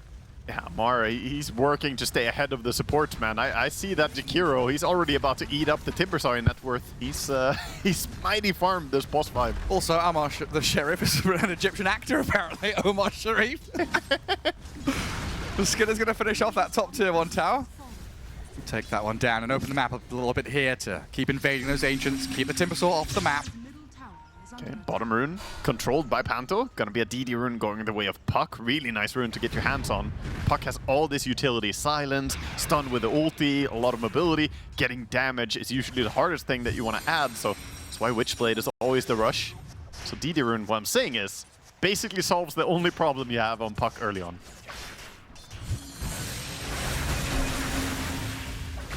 The Bond's there to delay any kind of push that Team Spirit had any illusions of doing.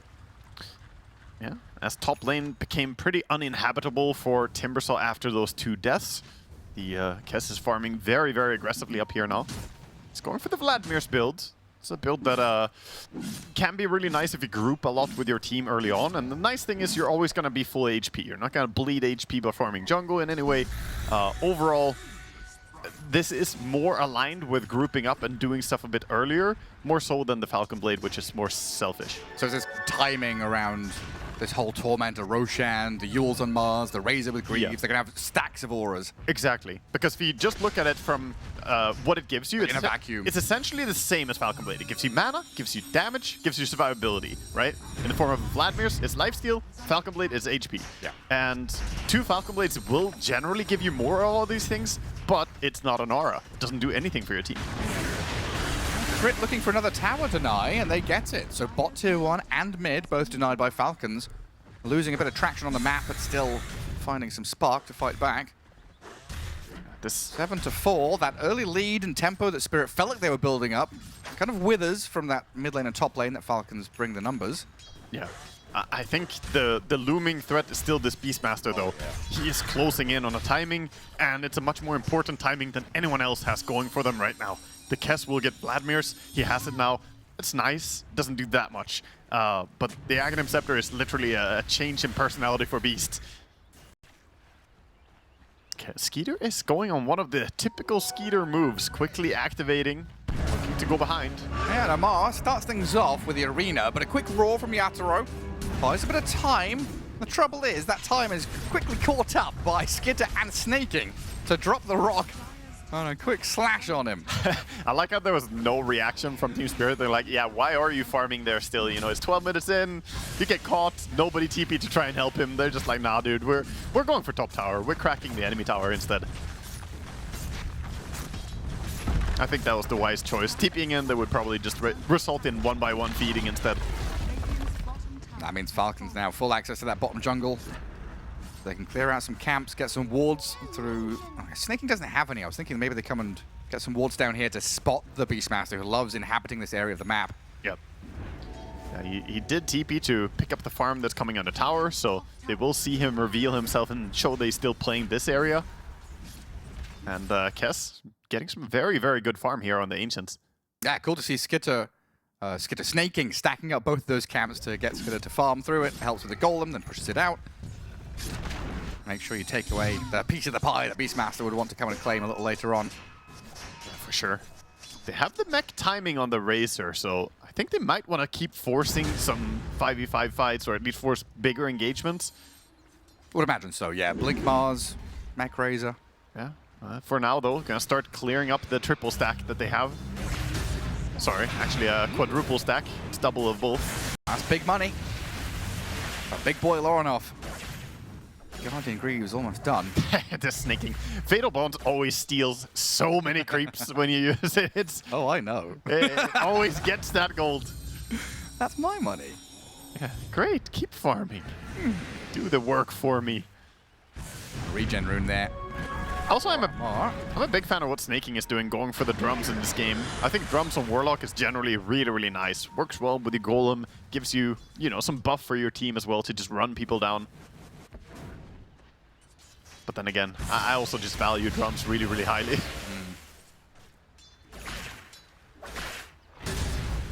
Panto. Oh, the bait. Mars was baited. Amar jumped in. A trap was set. Yatoro was sitting behind, waiting patiently, and gets rewarded for it. That's really it's gonna be. Also sees Crit in that top jungle. Serpent Ward trap, collapse to come in to finish. They'll try and heal up Crit with a bit of top up from the Greaves. And Lorinoff eyeing up collapse with Snaking alongside. They want this Timber Saw, but he's got another chain. Another way to maneuver, but the damage from Skitto is far too much. Yeah, silence as well. Throws Palantos onto him there. Very nice to just prevent him from trying to burst the Razor. I don't think he could have anyway, but ultimately, nice punishment. And they get to farm up all these wards as well. That will put the Kess pretty close. 800 gold for the Desolator to complete. It is a bit of a delayed timing compared to what you may be used to seeing. And that's because the Vladimir's is twice as expensive as going for a Falcon Blade. So you're 1,000 gold behind where you would be in timing-wise. So Deso would have been completed now with a Falcon Blade build. But he will be stronger, of course. Just a different power spike. The Blink Mars, looking bottom, but everybody has left the area. Yatoro is not looking to get caught again, so he TP'd to safer pastures. Maybe not greener, but at least he won't die over here. The trauma response of a carry being ganked a single time. No longer wants to inhabit the area of the map. Goes across the left-hand side to farm through. Meanwhile, Amar died like 5 times down here, and he still wants to play in this area. You know? Offlaners are built different, aren't they? They truly are. Resilient guys. Until they queue up a bunch of Midases. We'll see. We'll see. They're just going to play the bottom area for now. 16 minutes into the game, of course. 4 more minutes, and then the top area will become much more fruitful. Actually, it's a sneaky Roche with Aghanims on Beast. You always have to be wary about this. They scan it, but it's far too late. That's already gone. Long gone. 17th minute. So now they've got Aegis on Beastmaster. Probably means Tormentor belongs to them. So I'd imagine Falcons just try and play through bottom. Yeah, this is a big chance for him to do a whole lot. I think Falcons will stay down in the bottom area, but that's also what Team Spirit are expecting. So the invisible puck, lurking. Well, there is some deep vision here, though, from Falcons. Don't know if it spotted Rue on the way through. No, he stayed outside of the ward on the high ground, so he has not been spotted yet. Rue, ever so sneaky, as we saw in the previous game.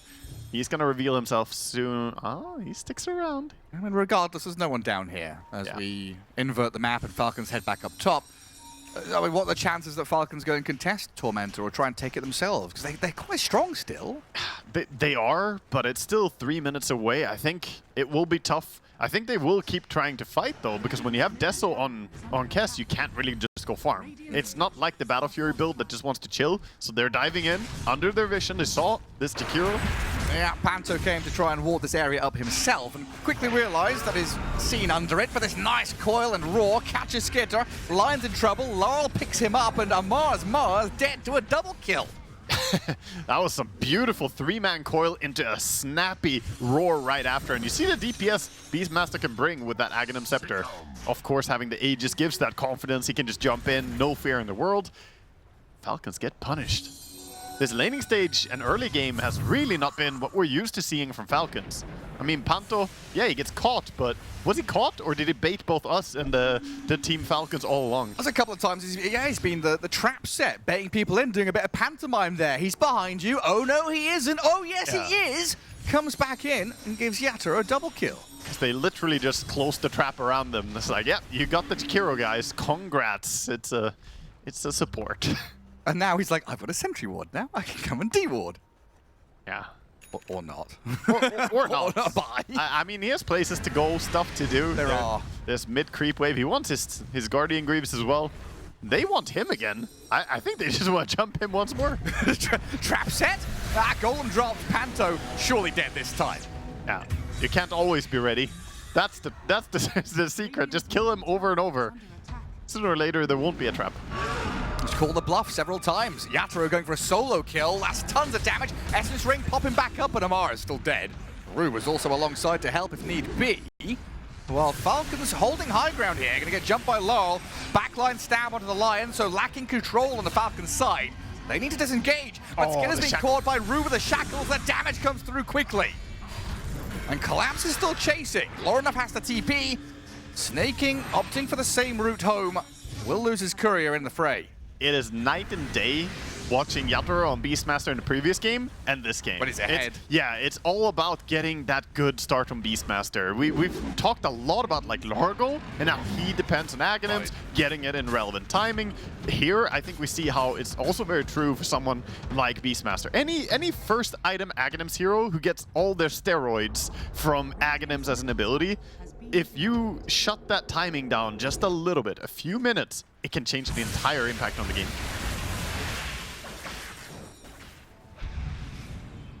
I love how cheap Greaves is now. Like, seeing a Jakiro 20 minutes in just pick up a Guardian Greaves is so nice.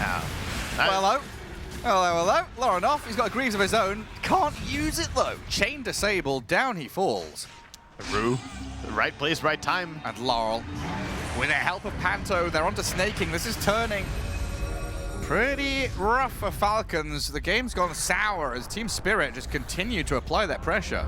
Using the Aegis, I say using, the Tormentor healed to full again, so I don't know how much it was a use, but he took a full heal from it and will now be able to take the Tormentor. It was a resource that was expended. Yeah, I mean, that was the only opponent that he needed Aegis against, I guess. Yeah. No, this game is starting to look real rough. Falcons are getting absolutely manhandled by Team Spirit, and their play on the map has been beautiful. Dropping snakes up top, tier 2 tower on the fire. They're always doing something. Team Spirit are not having a silent minute in this game. I'm getting stunned by some little frogs in the jungle. It's a lot of stuns. Farming magic stick charges, that's what it is. Oh, tendrils come out. And then Panto back to hitting tower. It feels like Falcons have absolutely had the wind knocked out of their sails. Yeah, Or from beneath their wings. I think the call has been made. We need BKBs. That's the typical call that teams will make when things are hard like this. And they're pretty close, in fairness. They're 100 gold away from Mars. They need 400 gold on the Razor, roughly. And Kess is, well, he's far away. So on the back foot somewhat, trying to gather up their forces and play together, because you said this Kez with the Vlads wants to tighten up and play 5-man somewhat to get some utilization out of it. That was before they were 12k gold behind Gareth. Now I don't know. now it's just tough. They've got to do something. Can't just fall flat here. Smoke break, Lal jumps. Silence and coil on 2 cores. No overcommitment from Spirit, though. Very disciplined, as they have no vision up there. Crit's going to jump with snaking, though, onto Laurel. Trying to finish off the puck, and they blast him. Well done. Yatoro, though, with a roar and damage on towards the Razor. Lorinov in some serious danger. BKB from Yatoro keeps him safe, but Amar's giving chase. Collapse covering the exit. Keeping them at bay, but the Arena Spear kills off Yatoro, and Falcons have found an opening.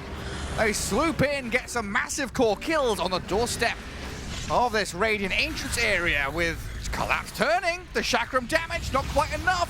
Ruin Collapse getting slapped by Amar. They're Comes all back falling. into the fatal bonds. They're falling quickly. 4 down and Collapse left alone. Kiting him slowly, chasing after. He is a very tanky Timbersaw, but he's completely alone. Blink up on the Mars soon, chasing after. Yeah, running out of gas now. Falcons will get on top of him with Skinner damage. Amar trying to keep him controlled. I don't know if they can kill him, though. Still half HP with max reaction Watch out for stats. Puck. In comes the rest of Spirit. The Power Rangers have arrived. Mass TPs to come in to find snaking in the back. Warlock down, and the chase is on. Crit's Lion exposed again, and Collapse will finish him. The invincible Timbersaw. I mean, Kai is so tanky. He had the poor man's shield. All those stacks, of course, on the reactive armor. The Aghanim Scepter on that. Just very hard to go through. Collapse holding strong, and they get some important turnaround kills. Sure, they expended a buyback over on Rue as well, but not the most costly thing to use on a support. And still a lot of money there into the pockets of Kez and Mars, over $1,000 each. Yeah, And them towards those next items. and importantly, Signs of Life, Gareth, because they were getting beat down in this game hard, so Falcons finally make that stab into the game and take over a little bit, using some of those BKB timings. And now we've got BKB Kez as well. So that should line up quite nicely here for that next team fight. Yeah, they have the triple BKB. The Golden City is here. And the sneaky move coming in. The Beastmaster and the Rasta. Definitely enough to kill off Kess if they can get him.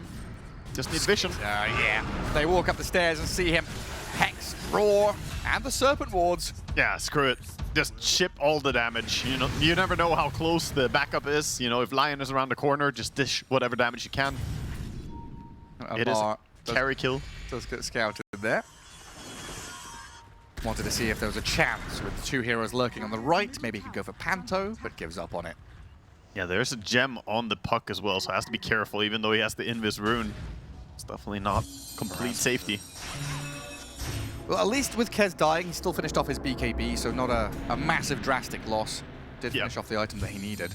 Yeah, if you ever have to die, I mean, when you don't really have any gold to lose, it's the best timing at least. Roshan going to spawn within 16 seconds from now. It's a short pause coming out from Collapse. Packet loss. We've had a few players calling that. Hopefully everything gets a bit more stable for them soon.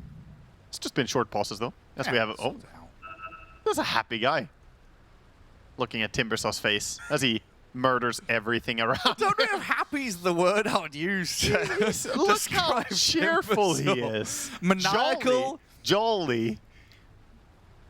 Yeah, I guess he does have a wry smile, a little grin going on. Yeah. Missing a few teeth though. Just a chill guy. Didn't realize Timbersaw was British. Well, he still has a few in there, Gareth. All good. Is he Terminator?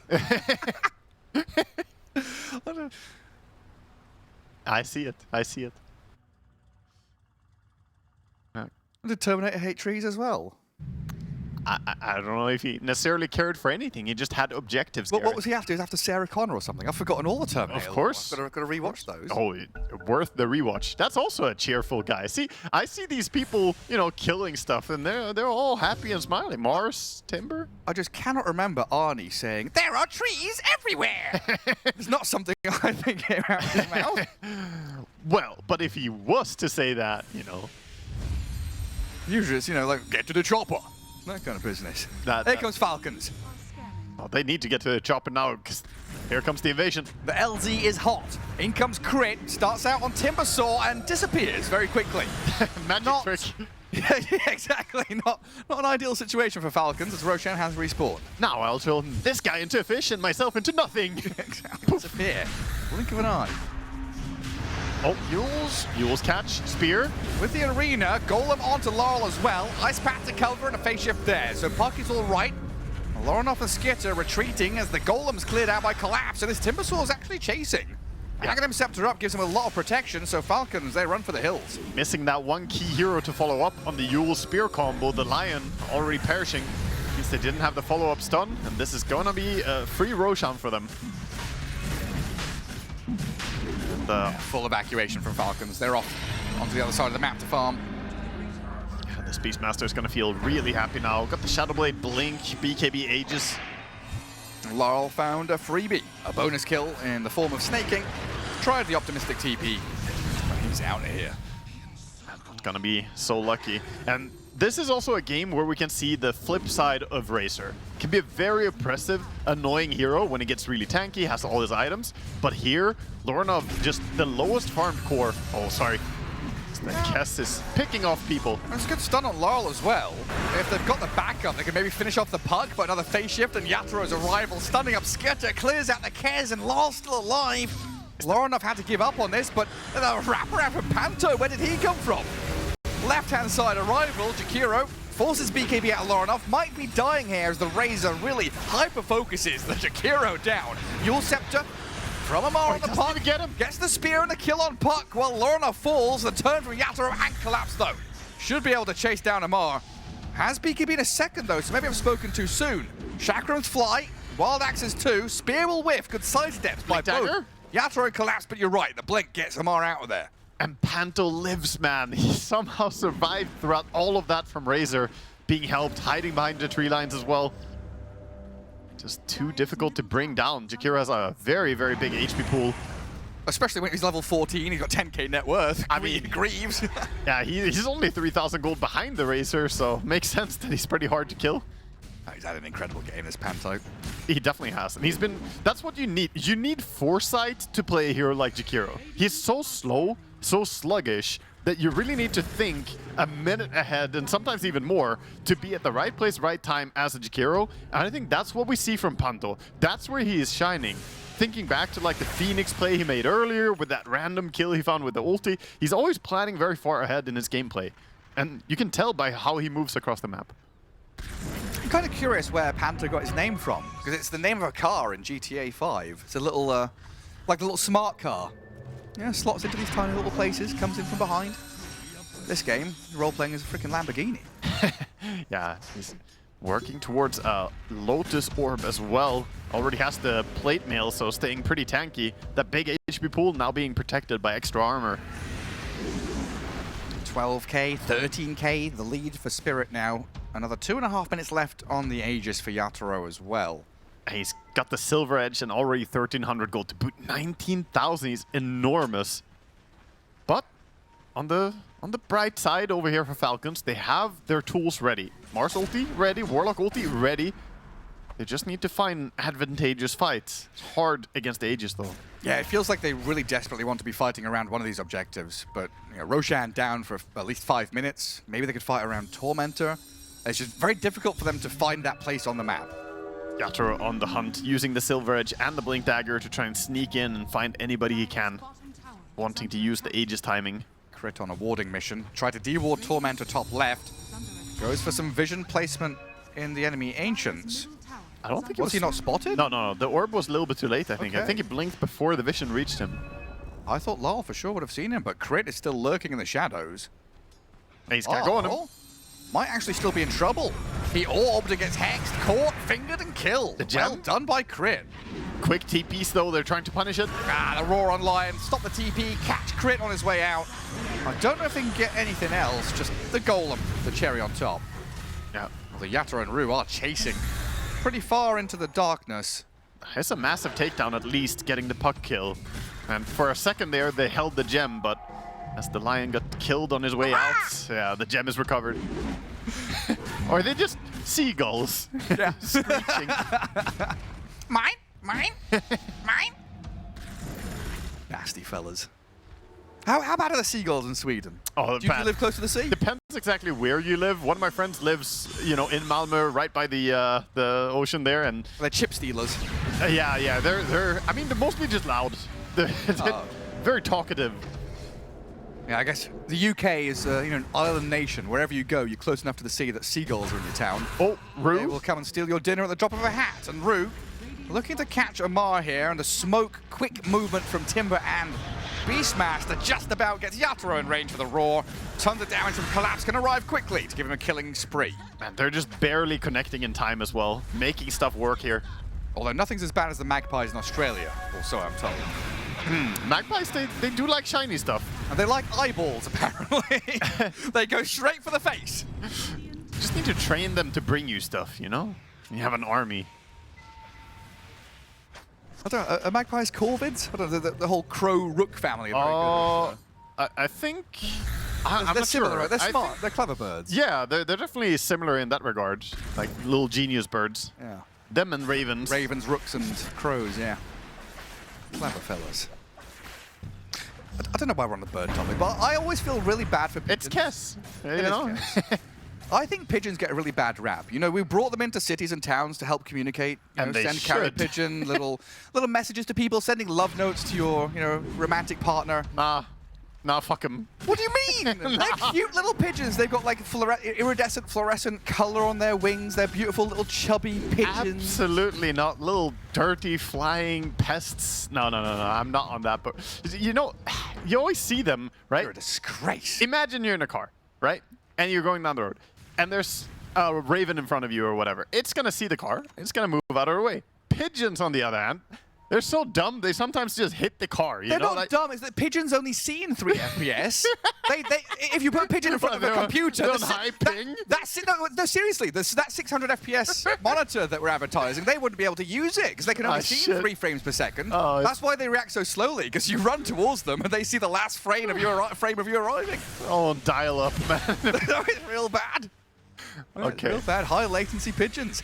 Anyway, a little bit of lapse there as Falcons are looking to defend their base against the arriving hordes of Team Spirit heroes looking to press up into Tier 3. I question if they really want to just go up and siege, though. They don't have Aegis on the Beastmaster. I think they want to just play it chill. Oh, he's going for a pickoff. He's going straight in. Yatoro goes for it. He's got Lincoln Sphere as well to protect against the static link or any spells. Does still get linked and has the BKB to run. Lotus Orb. Lorenoff is chasing this one down, but the reverse link, Yatoro is just about getting the distance. Amar with a spear. Oh, catches him right through the rear. Razor is cleared out though by Collapse. Now Amar left a little stranded by the rest of his team. Kez though going deep, wants Rue real bad and will get the Shadow Sharper to take him down. 2 for 1 so far with Collapse trapped in the arena. The double circles, big Venn diagram overlapping onto the Timber with a finger of death and a few more bits of control. They should finish him off, but Lala stopped it. For a moment, they give the chance here for Collapse to survive, but he's sliced by the spear in the end, and now Laurel way too far forward. Yeah, Skeeter bringing the DPS here in this fight. They fought on that Timbersaw for so long. It looked like maybe Puck could turn this around, gets the pick off, but going for the Warlock first, I think maybe if he got onto the Lion, bring down the key disables, that eventually was his demise as well. Getting locked down there. With the stuns coming out, silence as well from the Kess. Good fight going the way of Falcons. Was it maybe a bit overconfident going onto the high ground, jumping like that? You don't say. Yeah, without Aegis, I mean, it did seem quite impatient. This is where Falcons and Team Spirit are quite different. Team Spirit are risk takers. They will go for this move. Whereas Falcons, they would have chilled for the next Roche dude. The ball's on Lorenoff though to keep chasing this one. Yeah, and Mars finishing it as well. Gets the blink across here. I mean, there's a world in which, you know, Laurel cancels that blink or something, Yatoro gets away, but very well executed by Falcons for sure. The thing is, if you do this right before Roche instead of waiting for Roche, not only do you lose the team fight, you now, back in live, are going to lose Roche as well. As the Rasta drops an item. What is it? He's not dropping an item, is he? He got spotted. He's fine, though. He does get away. But Roche is going to be claimed safely. Skeeter gets his hands on everything. Passes the refresher to the Razor. What better hero to get a refresher than the guy who's already working on perhaps getting one? He's actually going Lincoln's first. So it feels like, what, an 8k net worth swing back into the hands of Falcons, and that's 8k just flat numbers, plus Aegis, Cheese, Banner, now map space. You're thinking about 11, 12,000 overall in terms of the swing they've just got. Yeah, hard to put a number on the value of being able to go out on the map, because I feel like otherwise Falcons would have struggled to contest the Roche. It would have been very difficult to leave base, but they got to fight close to their base, and that was a very, very advantageous spot for them. And now, Team Spirit, a lot of the lead that they have built up comes undone. Yes, you're still 9,000 gold ahead, but effectively into Refresher Shard, Aegis, and Cheese, it is not easy to win the next fight. That's a good point, yeah. Refresher, Razor. That's a big deal. The Falcons now tightening up. This is a spot that they've played out many a time. They did smoke right under a ward, though. I think they spotted this one. See them running away immediately. Back up from Spirit. They know what's coming. DD Rune on the Kess as well, so definitely need to make sure to be extra safe. They're all TPing down. I think they caught a glimpse of Laurel trying to shove a wave. Of the Observer Ward. Watch out for the Hex on the Wind Gate. The Mars. He doesn't jaunt to the orb. Still going to chase this one, though. They've seen Laurel bypass that Observer. Going to go for the TP out. They're expecting him to go and farm a bit deeper, but a wise move by the Pug. He's grouping with the team. Possibility that they want to make a smoke move as well. You can see Yatoro does not want to sit around. He wants to fight.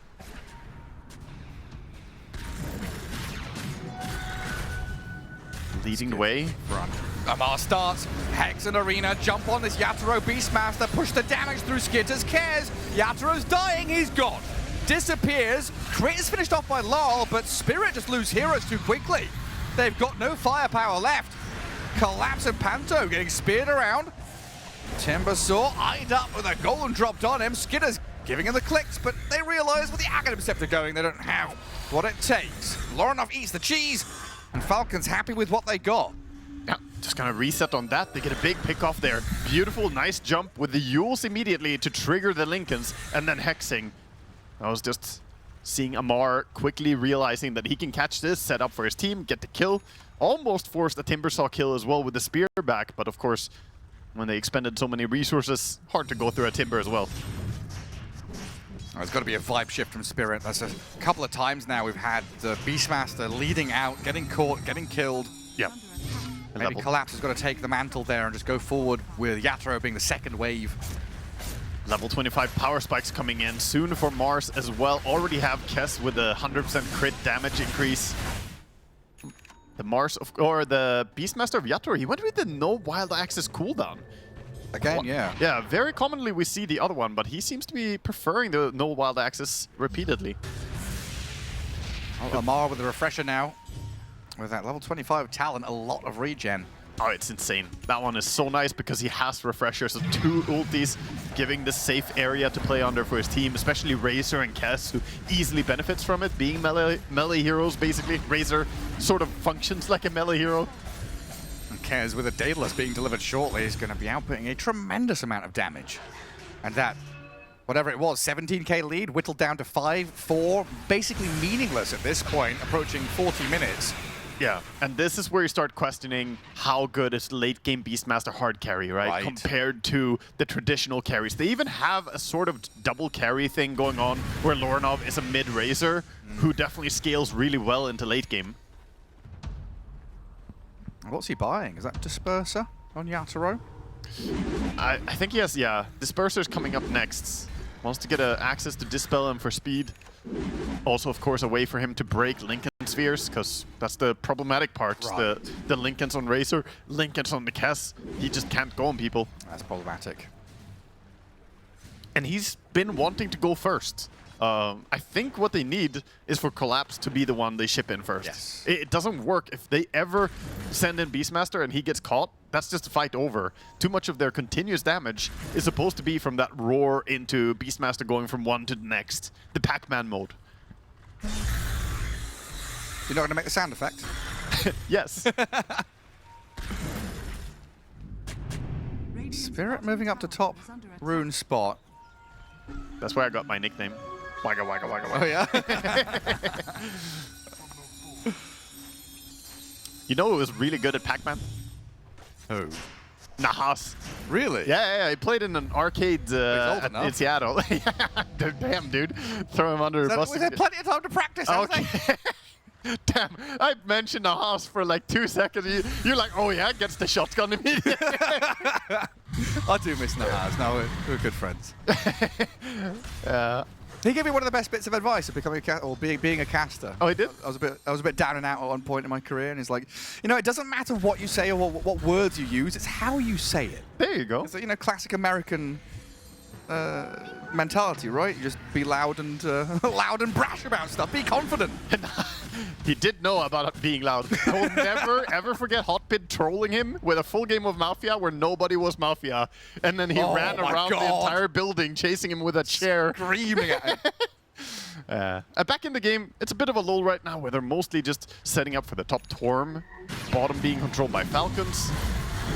Tormentor is gonna fall. I think they... Oh, they didn't all have Shard, yeah. No. They were still missing the Shard on Rue. Not the most easy Shard to get value out of. I do feel like, as far as Shard ratings go, I put this one pretty far down. Yeah, theoretically, you could blink out or, you know, like use Healing Lotus or something, but it's very difficult to get that value. I do somewhat miss the old Shackle Serpent Ward business. That was a nice little thing for Shadow Shaman, but maybe a bit too strong for it. Yeah, I was a big fan of that one as well. Well, we enter the waiting period for next Roche, as both teams a little tentative approaching the next team fight without any big advantages. I mean, the story of the game was really just team spirit. They were building, leading, and then they take one bad location team fight off the back of Yatoro's jump into the base there, and now they have to try and work their way back into some form of map control. Whereas Falcons, they saw Beastmaster down bottom, and they're trying to pin down pressure on him. I mean, we've gone from 85% to now a coin flip in effect. Yeah, and it's not going to be more and more favorable as time progresses. I think Falcons, with the heroes they have, definitely going to be like scaling insanely well here. There's something to be said about Puck, though. Puck with Aghanims already. He's queuing up the Mjolnir. If it goes late enough, that ulti can absolutely shred people. And he does have the Pierce's debuff immunity, which is a crazy value talent as well. Especially with how high value the Falcon supports are, right? With Lion's Control being one of the most important control heroes in this game for them. Yeah. And then Warlock with the Fatal Bonds. If Puck can find one or both of those heroes, teamfight just gets shut down. Yeah, certainly. His game, but he has such a tightrope to walk basically on Puck. He doesn't have Lincolns. He doesn't have Aeon Disc. He doesn't have any of these luxuries. If he ever gets caught by the Blink Hex from Mars or Lion, then he probably is just going to fall very quickly. No Wind Wakers, no Shadow Demon, no Oracle, nothing like that. So yeah, he has a very difficult task here. And Laurel has been playing crisp the entire series, but so much pressure on him. Yeah, it's still a hard task to face. Especially again, since you're against Falcons with a lot of their signature heroes. Yeah. A minute and a half till Roche. So we'll see a number of these big items get picked up across the board as people finish off their fifth or sixth item to fill their inventories. There's a lot of staying power being added as well. The Satanic over on the Kess. The Refreshers. Satanic over on Razor. The little treasure chest, I thought, oh, it's a Roche banner? No, it's a blood grenade. Congratulations. It's nothing. Hello, smoke from Falcons, high ground vision, jump in on the Shadow Shaman and Jakiro. Laurel does find an opening on the Lion, but they've lost Pando so quickly. Rue's going to follow him to the grave as well. Dispatch with the Radiant supports. Yatoro going to go for the play on the Mars. He's losing his health drastically though, and Skitter crits him down. Beastmaster carry disappears very quickly when Kez gets his hands on him. Now you just see how big these cores are. Timbers are still in there. Flamethrowering, BKB'd up with the Aghanims going. Shield building up and dealing with Lorinov. With the magic damage down from the Jakiro, you're right. Lorinov will pop the BKB and be safe. Rue's brought back for this one, but the Razor has Nightfalled home. Yeah, he realized that Rasta bought back. It's time to dip out. Had the Satanic as well, but you don't lifesteal that much into a Timbersaw due to his massive armor. Since high armor targets is harder to lifesteal against, so just play it safe, leave the area, forced buybacks. This does mean, though, that the Roche, which could spawn at any minute here for them, we know, of course, when, but this is Team Spirit happy to control the area. There's just no reset for Spirit. Once Yatoro goes in... Yeah, it's all or nothing. And sadly, that was a nothing for him again. So much I mean, they did kill the Mars, but it's not really a good trade for you. Doesn't feel like it, but maybe with this secondary move, they can find something big with Rue onto Lorinov. They get the disables. Lull with the damage, and they found the Razor. Hang on a second, he's lifestealing back up. He's staying alive. They can't quite kill him. A little bit more. No way! Lorinov, he stayed alive. Falcons finally lose their Razor as Team Spirit collapse in on him. Dead for 100, but that was bloody close to a turnaround. While Laurel dancing around this Lion now. Skinner comes in with another crit. Collapse looks to flamethrower into him, but Skinner this cares very strong. Nearly gets on the Jakiro too. Whew. Man, that looked real dicey, and getting the Puck kill is a big takedown for them. At least the Razor died. If he lived there, thank God that the Timber had all that high armor we talked about. Otherwise, that lifesteal barely kept him alive. The fact that did he get Yule Scepter or something on Timbersaw? I think he couldn't hit anymore on the Razor and stopped lifestealing altogether. Of course, Yatoro is going to claim the Roche really quickly here before they can get their hands on it with Kess. A very swift move, and the ebb and flow of this game is insane. The way we've seen the lead built up and then taken and swung back down, the Roshan's been contested and grabbed. And this series really is a pinnacle of Dota Team Spirit against Falcons, even with a stand-in. Yeah. Although it is Lorinov. I mean, Lorinov is just an insane player, honestly. Bringing him in as a stand-in, he is so easy, so moldable into a team, and just fits really well. The efficiency player. Yeah. Definitely midder. Holy, the jump. Collapse has that long-range Timber Chain. He's in on snaking. He's going to drop the Golem on him. Collapse will BKB up while Skitter goes hunting onto Beastmaster of all people, losing the Aegis, while Snake King should get sliced here by the Chakrams. They've got an Ice Path to try and cover the Beast, but the Finger of Death and the control from Amar, and Skitter takes Yatoro down again.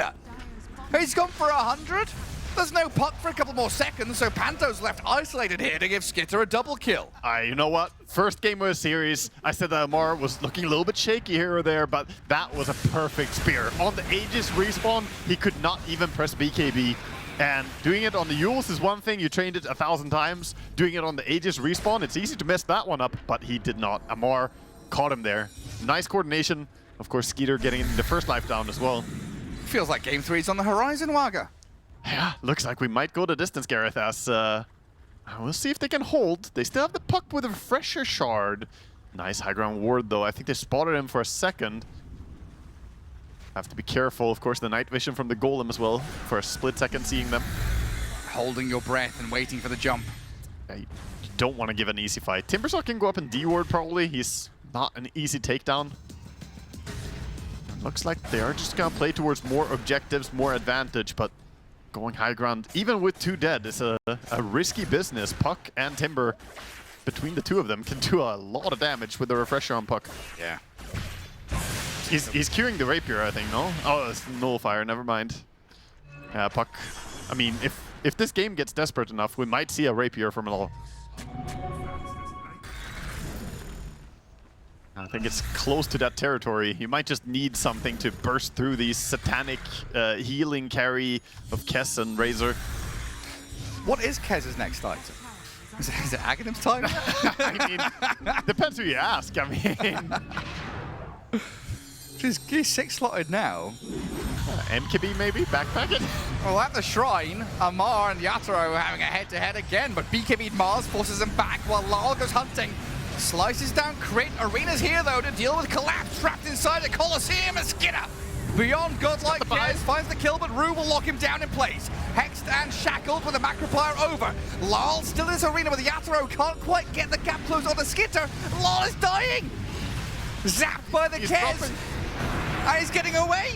The Falcon turned into a little sheep, hop, skip, and jump back to safety.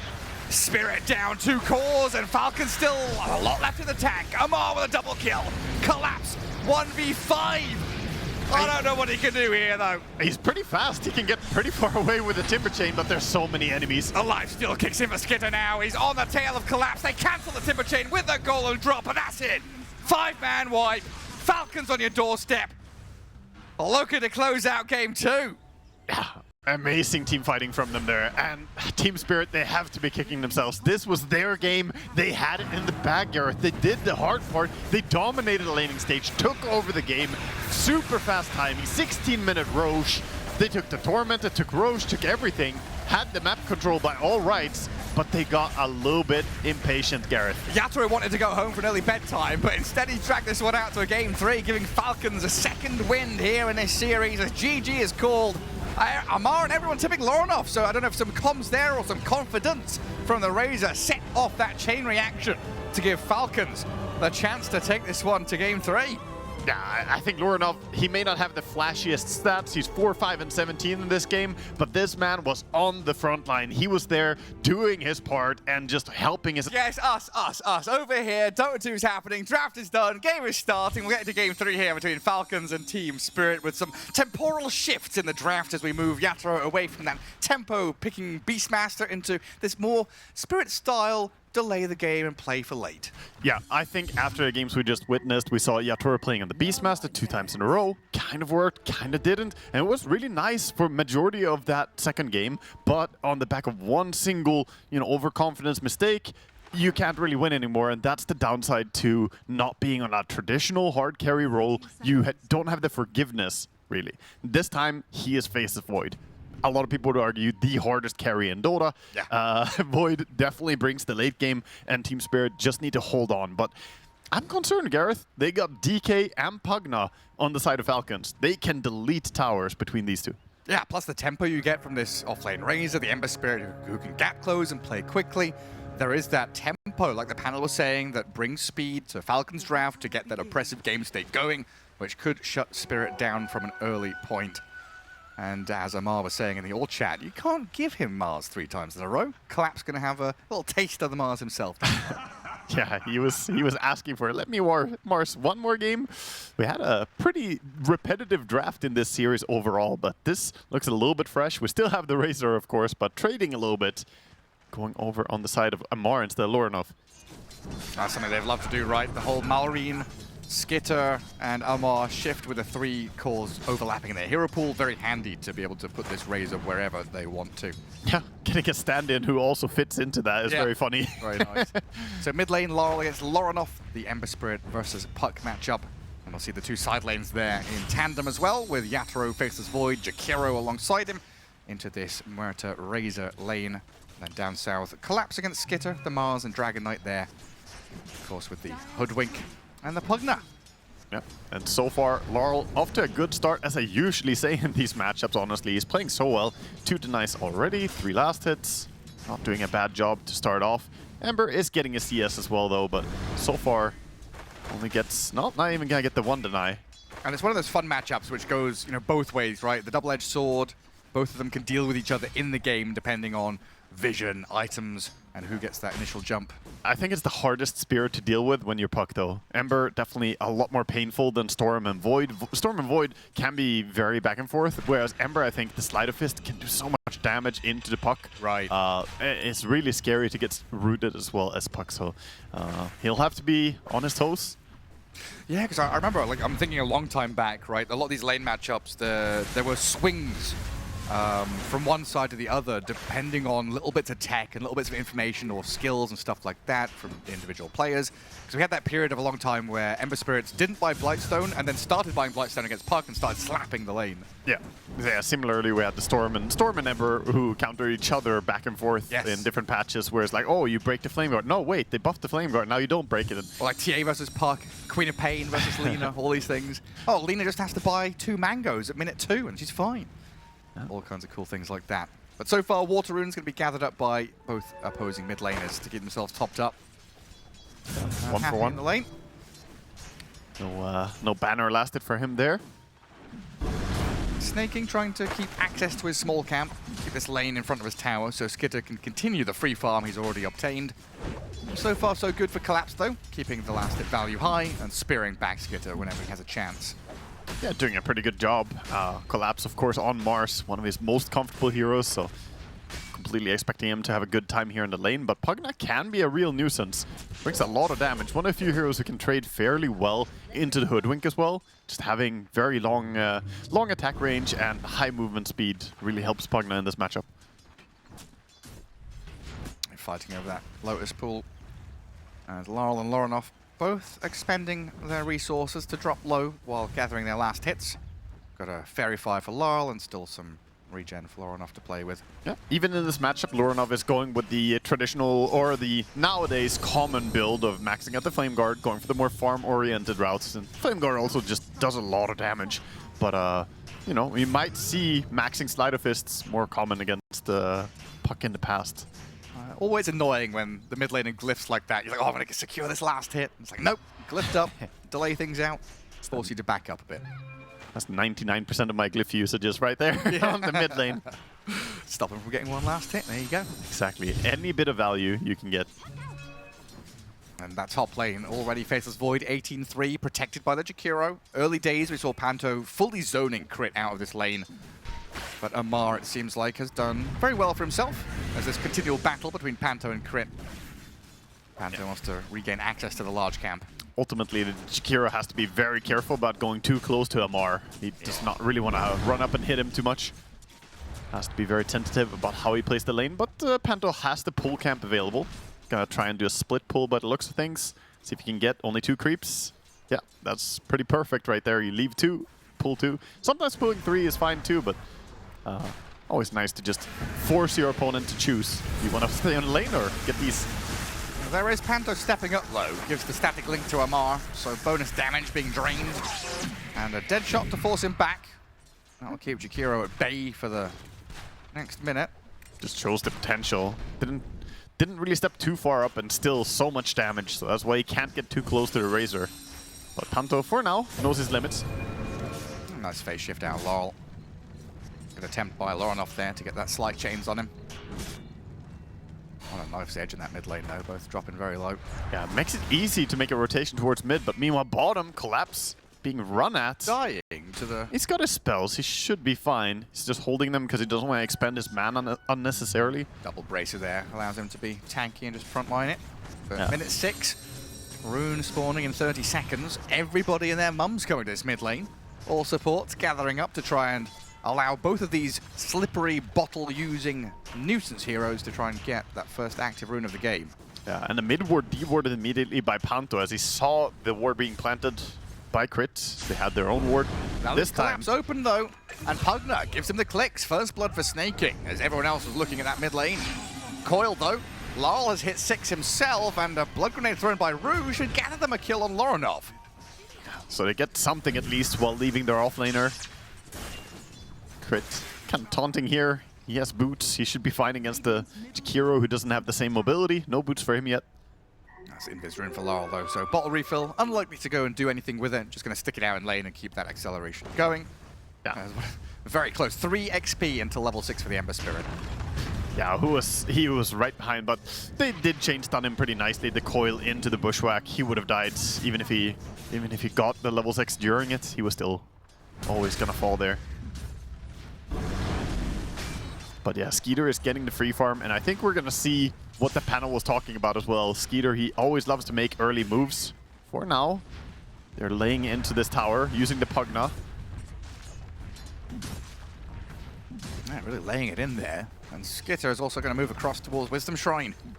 Yeah, Ember is coming, so they want to fight on the Wisdom. Looks like they're going to get the double Wisdom. Puck not really making the same rotation. Teeping now. Here comes the response. Rue inside the shrine with Collapse. Spear back on DK. Snaking steps up, but the Puck's arrival going to make short work of Pugna.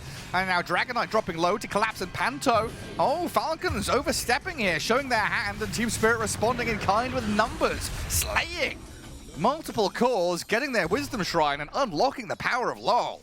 Wow, they got absolutely for nothing for that as well. That was really costly for Falcons. Brutal. It looked like they were going to be fine, but the 4 heroes showing up was just simply too many. Numbers game. Crit not able to join his team. 1,000 gold, 1,000 experience, all spread between the heroes. Team Spirit very happy with that, especially given the story spun by our lovely panel talking about how this is meant to be tempo momentum for Falcons, building up that oppressive game state, and Spirit, who kind of want to drag things out. Every little victory in this early game compounds as a victory for Spirit later on. Collapse does get caught by the Remnant respawn there as the Ember will just casually jump down bottom, gets behind him, and easily sets up the kill. And you've got to be so happy as Spirit having this Faceless Void up at top, getting his farm on. He is being pressured a fair amount by the Razor, but he's not being shoved out of lane or anything. I like that Yatoro not only has put everything in the quick buy, but also right-clicked everything to make sure that he's auto-purchasing everything as soon as possible. Yeah. Mass Commandus, now. Maelstrom, now. There's a Puck coil onto Crit. Looks like Muerta was trying to make a move around into mid, but is cut off at the pass by Team Spirit's Jakiro and Puck.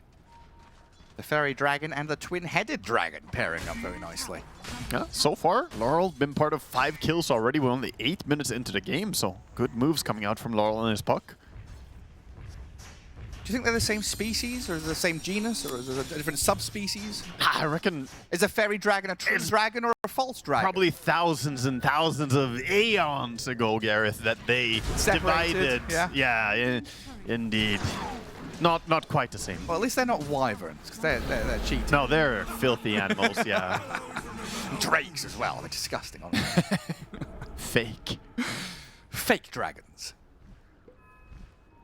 Dragon Knight. A big man, a real one. Gonna dip back to farm jungle, while Amar gonna clear out the large camp up top. Being looked at by Yatoro and Panto here. Damage over time does add up with a time dilation, and the Jakiro's dual breath with Rue arriving and a chrono spent. Tons of lockdown here to make sure Amar cannot speed away. Yeah, very nicely done. Also making sure to break the static link as soon as possible so he has the damage. Nice combos there. Chains with the Ghost of the Calling, the Deadshot, and Dragon Tail. Really perfect execution for Falcons to find Laurel in the mid lane. Yeah, they get the bigger payoff as well because they take the kill on mid and open with this Pugna plus Dragon Knight, dealing damage to towers quickly. And this is what the panel and I were really concerned about, that they're going to start taking all these buildings and run away with the game. Of course, for now, net worth and farm-wise, it's looking pretty good for Team Spirit. They have nice farm across the cores. Void is doing really well. But yeah, for how long are they going to have this benefit of farming? Especially when Lorinov is doing this. Very aggressive, playing forward, forcing Yatoro to time walk away. Actually goes aggressive though with Laurel onto crit to slay the Muerta with one more hit. The coil is expended just to make sure they get it. Lorinov will snipe a courier out. No remnants remaining though, so relying on slight... Oh no, sorry, he does have one. I'm very silly. Very silly indeed. Now, I think they saw the Dragon Knight bottom, and that gave them the confidence that, you know what, they're not bringing full force. They called the bluff, jump straight onto their backline, and just stand their ground and fight. So Void will keep this farming ground, not getting shoved away from the safe lane. Cool, we're getting the Skitter Classic. Dragon Knight Mage Slayer, is it? Yeah, that's Mage Slayer into Blink is something he played a lot of times in the past, and we might see that again. It makes sense here when a lot of the magic damage from Team Spirit is required to kill off these cores. You know, they're heavily reliant on this Chronosphere. All that damage dumped into it. It's also a good timing item, right? A lot of Dragon Knight players want to go for Armlet, Mask of Madness, farm up, get big, but the mentality is not to win late game. The mentality is they want to take over as much as possible, get the map control, and then win the game either by choking out the map or by just going high ground at a fairly early timing. So it aligns more with the idea of how he wants to play this. Speed it up, play faster. I believe mech is complete over on the Razor as well coming out. So if you pair up the mech, the Pugna heals, and then the Mage Slayer, you start having a lot of survivability within this team. Mid lane, they caught the Ember. He's in trouble.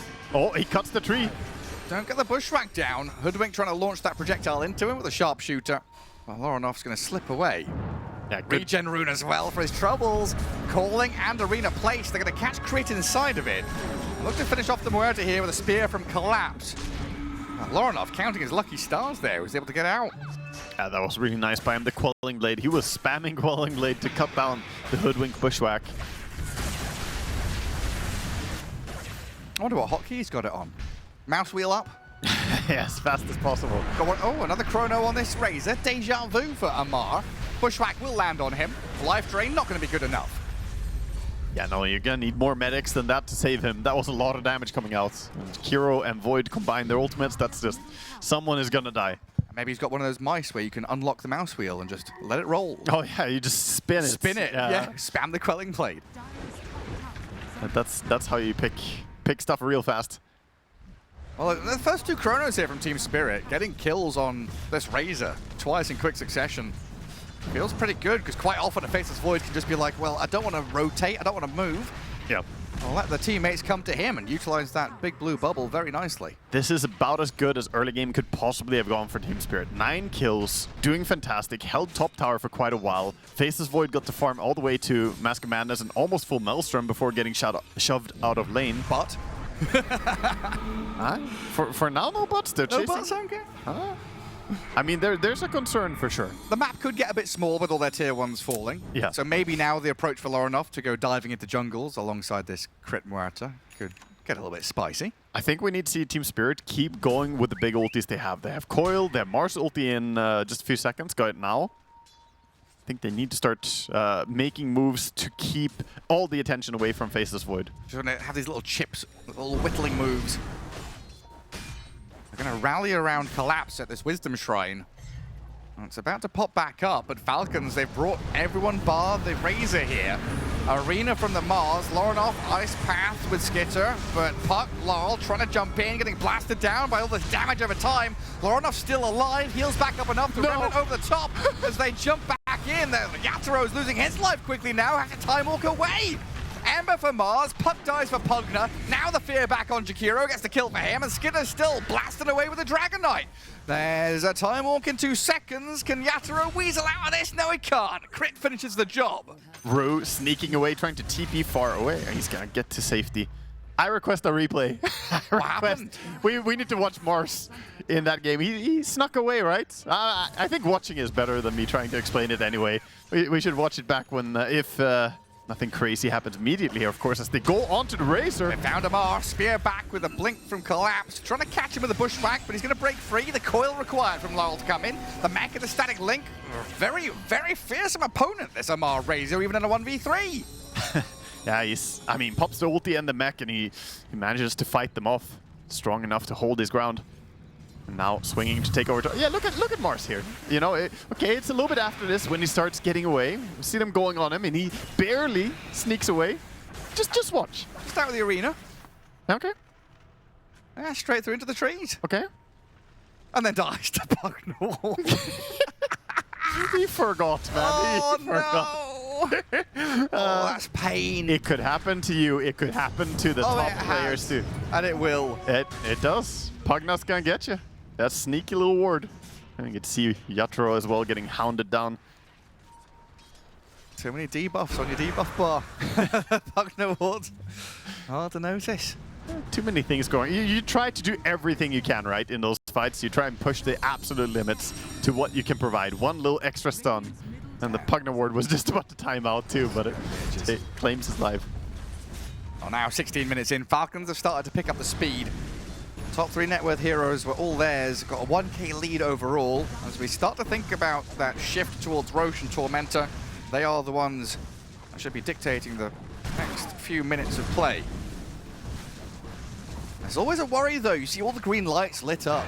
Yeah. Team Spirit have their full arsenal of abilities ready, it's just a matter of being in the right place at the right time. Yeah, they do have good heroes to react to fights under tower. If they fight under a tier 2 tower, they have plenty of big ultimates to punish Falcons if they don't hold good positioning. Oh, this faces Void though, he's farming far out. That's a huge catch for them. They need that Chronosphere to be able to fight properly. And they might get more. Panto, he was trying to figure out where he was heading. Seemed a little bit lost as he moved from the tier 2 top. Wanted to rejoin with the Faceless Void, but instead he's being cut off. Lorinov will hunt him down across the river into the Ancient Camp and take another kill for himself. Trying to figure out where he's heading. He was responsible for babysitting of this random carry who's just farming, you know. He's got responsibilities here.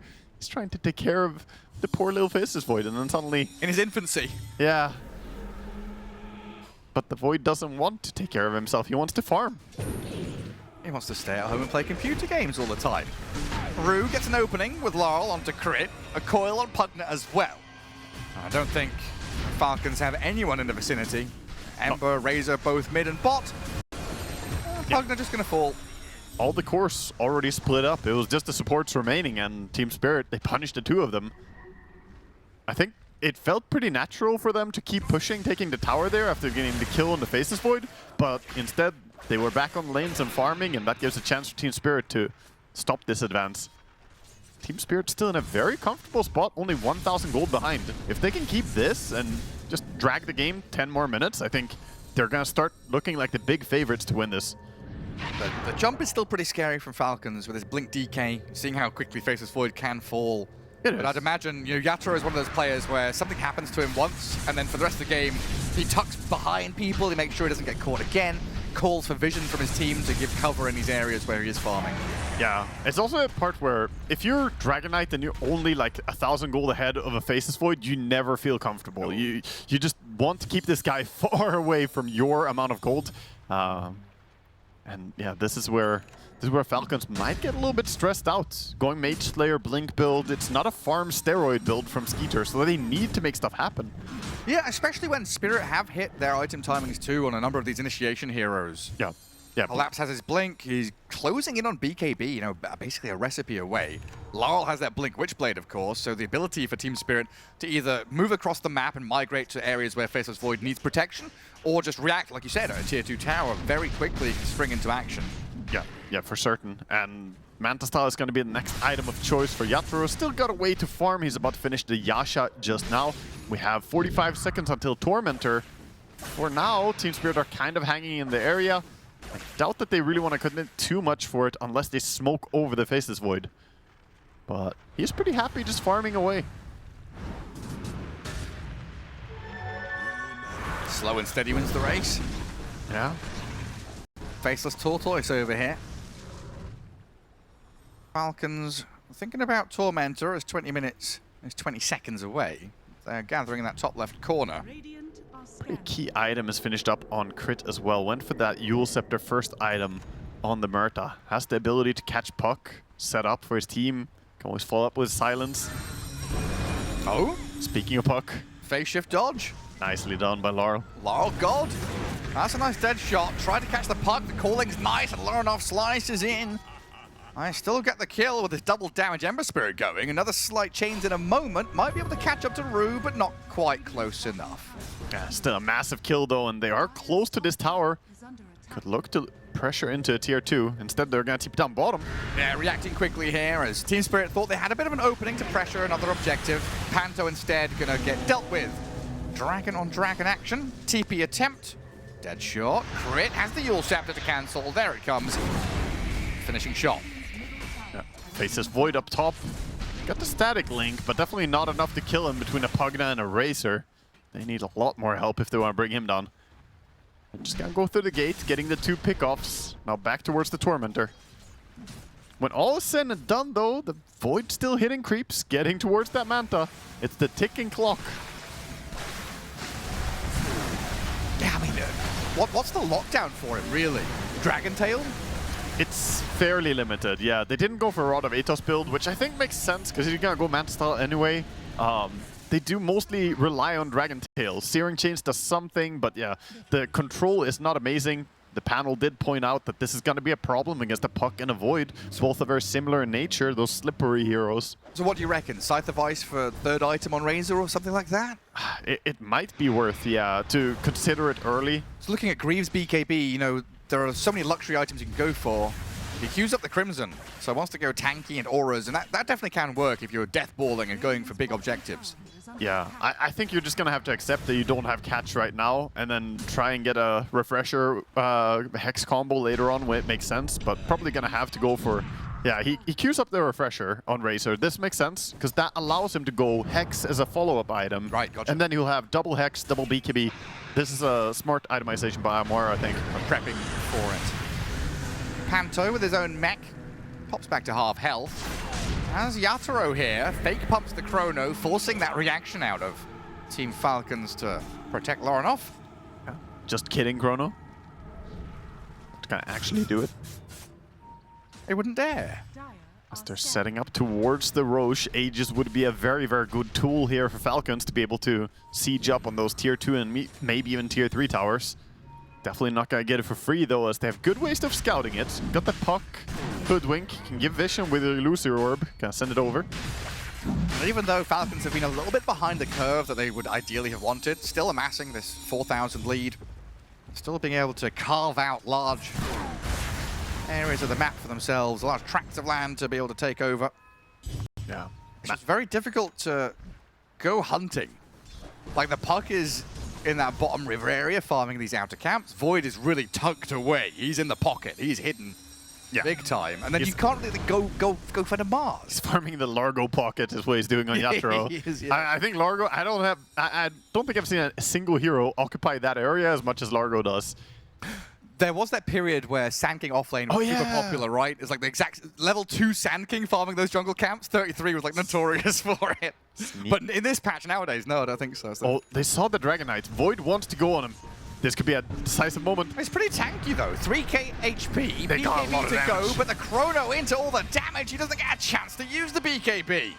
Yeah, Witchblade as well, laying into that Hoodwink with that ulti. Tons of damage coming through. And that can be really, really hard to come back from as a Dragon Knight. When you play this sort of tempo carry against a super late game hard carry, you do not want to die to him. It's a bad feeling. Hero, the Trogdor, the Burninator. Crit gonna try and get the dead shot to collapse, calling to silence, but he's still stuck in the middle of this arena now, TPing home as Amar drains the damage out of the Mars. BKB up from collapse now with a good spear across, TPing out, and looks successful. Not enough physical damage to deal with him. Void is here, but Chrono is on cooldown, of course, still from the previous attempts. Just gonna let his Jakiro die here. Poor little dragon. Yeah, Mech, Lotus Wand, trying every little trick he had up his sleeve to heal, but Laurenoff finish him. Yeah. Unfortunately, Ember is one of the hardest heroes to get away from, and you're playing one of the least mobile heroes in the game. Not gonna happen. Yeah. They're looking for a spear combo. Pugna, can he get there in time to save him? Maybe. I mean, Loronoff gets the slight off. Ethereal now from the decrypt. BKB's up, but Snaking has exposed himself to die to Yatoro. That was Loronoff's nice. BKB expiring, but he's got a remnant to play with. Gets over the hump and away from Lal as Amar now comes in to scare the puck a little bit. Pretty low HP numbers. Have to be a little bit wary on the Mars and the puck. No mana on the puck as well. That was nicely done though. They jumped the void knowing that there was going to be a reaction, and immediately they switched targets to kill the Pugna instead. Just saying, you know what, go for the easy kill. Why is Collapse tipping Amar? I'm playing Mars and you're not? No, no, no, no, no, no. Yeah, he's... I don't know. Don't you wish you were playing Mars like me? that is what he was saying earlier. Let me have it one more time. Now, 2,000 health. Manta on this faceless void dodges the dead shot. Well done by Yatoro. I think that was an optimistic attempt from Falcons, but they give it a shot. Yeah, I think the two of them don't quite have the damage crit. Can't get caught by Bushwhack. Ooh, not quite enough for the sharpshooter. Healed all the way back up to full, but the Chrono comes in on both supports. Damage dumped in by the puck and the hoodwink to kill them both off. Dragon Knight jumps forward though. Nice force staff, drift Yatoro away, and a Bushwhack to hold the DK in. Collapse being eyed up by the Ember and the Dragon now, though. Holding BKB. Back. He does still have it, and a good ice path will make sure their advance is halted. Jump from Skitter. They're going for this. I mean, the Faceless Void is pretty damn tanky without the time walk to bail away. The pressure continues from Falcons as they bring Razor in, but Spirit have just reset and calmly said, what next? An arena, a catch on Skitter. Amar's cover cross, but an ice path and a spear back in towards this Team Spirit side. He's going to find the Dragon Knight and force him to BKB, but he stays alive. Yatoro is going to have to TP home as Collapse bulwarks up and protects his mates. From behind, in comes Puck. Still has Blink, has everything. And our Falcons have no BKBs, no Dragon Knight, no supports. But it looks like Spirit are going to calmly fall back. Okay. Join the ranks behind their tier 2. Because they know Falcons, they're the ones who are super eager to continue momentum, and they've been halted. I feel like they were just played like a fiddle on Falcons there, chasing after Team Spirit, but they kept guiding them really, really well. Meanwhile, Puck didn't even flinch. He kept farming down bottom, finishing the BKB. He was close to it and did not want to join the fight unnecessarily. So now he has the full BKB on Puck, able to play a bit more confidently into some of the silence lockdown that they have on the side of Radiant. Massive. Yeah, as if they were already struggling, weren't already struggling enough to kill Puck and Void. I mean, in another universe, you're looking at Falcons here with all the BKBs, the heroes they've got. Should be a few thousand ahead. But so far, it's just been Loronoff trying to pop off. Skitter and Amar have had quite quiet games. Question is, can they hit a big timing on Falcons where they just start making stuff happen? Orchid is soon completing over on the Dragon Knights. I feel like the trouble is they rely so heavily on Skitter here to be the opener. He's the guy who starts the fight, so then he leaves himself really exposed to Doesn't moves have like BKB this. yet. Where he's gone aggressive to be the stun-initiating hero and gets turned on by Spirit. Now Collapse there with Lal. They found the Pugna in the back. Amar trying to drain the damage out, the static link going, but Yatoro's coming to join, forcing the Pugna to decrep and run. Loronoff and Amar keeping it going up the staircase into that top jungle, hunting with the remnants forward. Onto Rue they'll head. Estus Ring and the heals popped up. Ice Path is good. Rue should still die to a dominating Loronoff as he picks up the Panto support as well. But Chrono's there from Yatoro. Finds the Razor opening. A core kill's good for him. Bashes onto Loronoff, but this Ember Spirit, the time dilation means he's got no remnants left. It's like we have two fights at the same time. Down bottom, the Puck finally does survive against the Murta as well. Brings down her and the Loronoff is still dying. They've got a spear on him to connect to a tree, and it's a 5-man wipe as Spirit just come through hot. Holy, they split that fight really well, just taking two different fights, which means they never had enough resources on the side of Falcons to bring down the Faceless Void. They were lacking a little bit to have the damage to take him on, and similarly, the Puck just did not really die, fighting into two supports. Not gonna be enough to bring him down. We are not amused. What's the... I mean, we've talked about this before. What's the clock like now on Falcons? It's looking It's grim. ticking. Yeah, it's looking grim. It's bedtime is what it is, Gareth. It might just be. Skeeter. Yatoro saying, nap time, Skitter. A decrep there, a little bit of melatonin. Go on. He's got the Back to Lincolns and Manta style on this Faceless Void. While he didn't go BKB in this game, I still think he's a very hard target to kill. And I respect it a lot that he didn't choose to go for the full BKB early. I don't think it would have been the best choice. Instead, this way, he's going to be very, very stat heavy, hard to bring down, and have more sustainability throughout a long fight. I mean, it's just Dragon Tail, right? Yeah. Static Link. I mean, Static Link is good, but like the fights, the way they start is Blink, Dragon Tail, Stun. Yep, exactly. And now he does have Orchid in just 100 Golden Dragonite, but that means he's missing one of those, right? If you lead to Orchid to break the Lincolns, that means you're missing damage or missing chain disable potential. And then we come back to the panel, we're discussing it, right? That last pick support hero, they were really digging deep to try and find this hero for snaking, because everything else had been banned. The Shadow Shaman was gone, his Chen was gone. Kind of dug deep to find the Pugna, but it doesn't give you a stun. Doesn't give you that control you need. Skitter is the one with the Dragon Tail catch onto the back line. The Hoodwink jumps away, Sharpshooter dodge into the trees. Panto gives cover with the Ice Path as well. Amar can't quite reach the finish. Now Yatoro looking with a Hex back onto the Razor, stunned up and pinned into the Colosseum. Crit will die to Laurel elsewhere while Amar, low HP, has the BKB, but he's still being pummeled with a right-click physical damage out from Yatoro. He is unstoppable. He still has Chrono. And Dragonite, where is he? In the middle of them all, Chrono and Spear connecting here, allowing them to get onto the DK, but Decrypt buys time. Heal him up a touch. Snaking is the target now, as both Skitter and Snaking in serious danger. Puck is falling low, sure. Lorna picks up a triple kill, but Yatoro is the king of the hill. Yeah, time dilation is coming off cooldown soon. He has to get out of here. No more remnants available. He's not getting away from Time dilation's there. There's no escaping from stops. The Faceless Void comes in. Warp space-time, takes the Ember Spirit down a notch.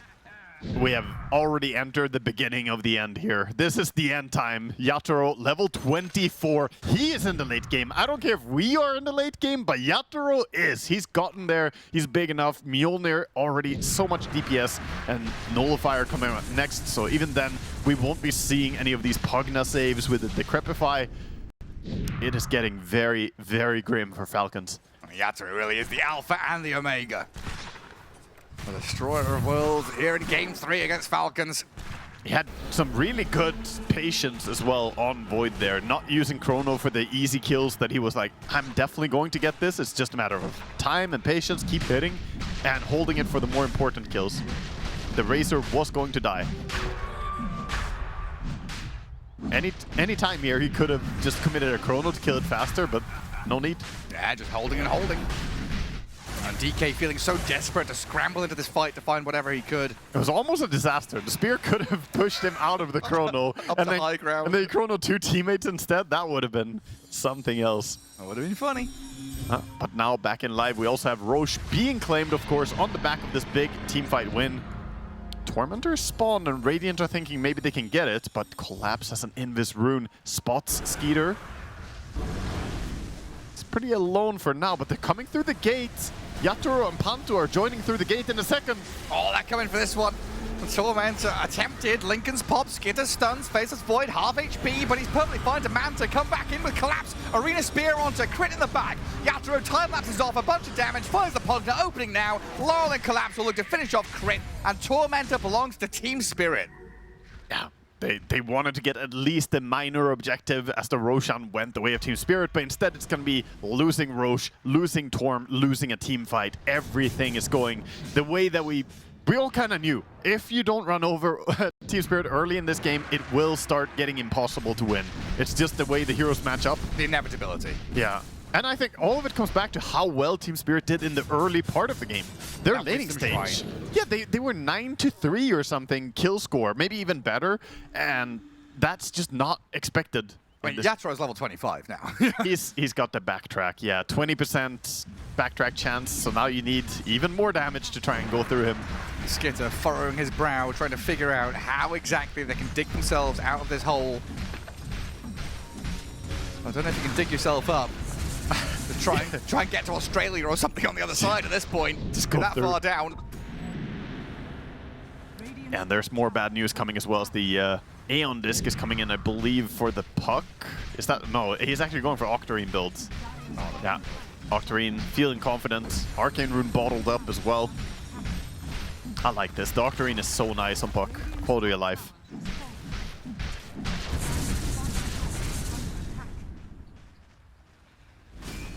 from that extended period where tier 1s were falling, the map was enclosing, the net was wrapping around Team Spirit, suddenly the world is their oyster, a wide open map to play. Jakiro's farming jungle, Hoodwink's farming jungle, Faceless Void's clearing out multiple waves.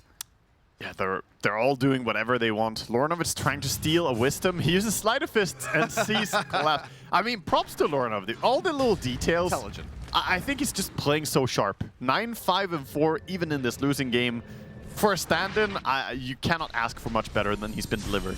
Yeah, that processing power in his head, big brain. Certainly does have that. Don't know if you can process your way out of an Aegis Faceless Void, though. Snaking is going to feel the pain here with a Nullifier, meaning no decrep. The Silence, same story, dead on his doorstep.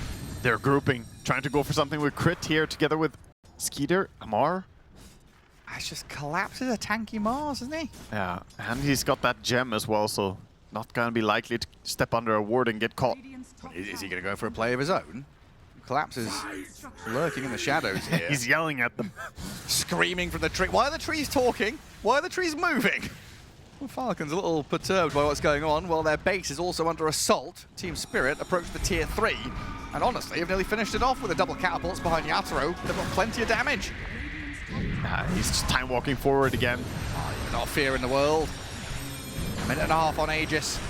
First barracks falling, 36 minutes in. He still has 90 seconds on this Aegis, though. They have to defend. Somehow they need to mount a defense.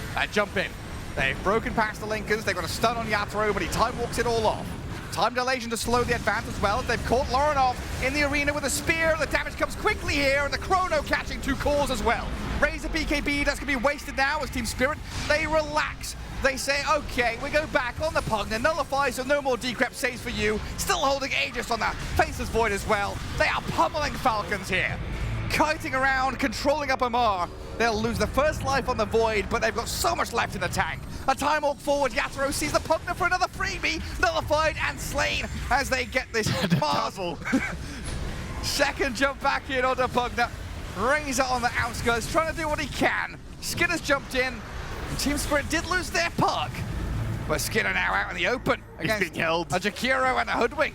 All stunned up, bushwhacked, and Yatoro should be able to arrive here to get some time lock bashes, a sharpshoot, and a kill, a dead Dragonite for 90 seconds. Yatoro is still swinging. He's like, who's next? Who's next? But I don't think there's anyone left who wants to fight you, man.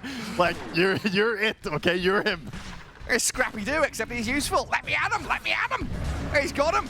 Another go in here, a missed spear from Collapse, but I'm not sure it matters all that much. They've got Yatoro to finish the job. Rue will get the final touch, and there's Collapse, singing away.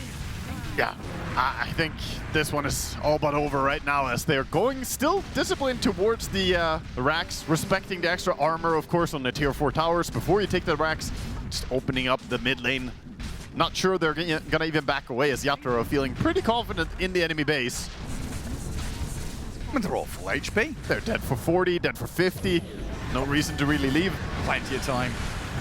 As Lorinov trying to do what he can. He gets a kill on Jakiro, nicely done. Spent his BKB and his remnants to get in this deep, going for this last attempted play and then dies. A tip from Panto. Salt in the wound there as Amar running back behind his tier 4 towers. It feels like it is all but done, and this is Falcons in their death throes, just trying to put on a bit of a show. They're holding on. To his credit, he went in, created space, got a kill, and the throne hasn't fallen, Gareth. That was, a necessary move by the Ember Spirits. But Team Spirit say, okay, you want to play that game? We'll just back up, get our items, and yeah, this is a very painful situation to be in. 20,000 gold down. They still have some level of hope where maybe the DPS of the Bloodthorn over on the Dragonite could be enough to burst. But it feels like there's always someone to thwart their plans. They go on the Void, there's always going to be some random Force Staff, Mars Arena, obscuring the AoE, just you're unable to lock onto a target. 40 seconds, no Ember. Last ditch smoke attempt here. Yeah. Last chance saloon for Falcons in this best of 3.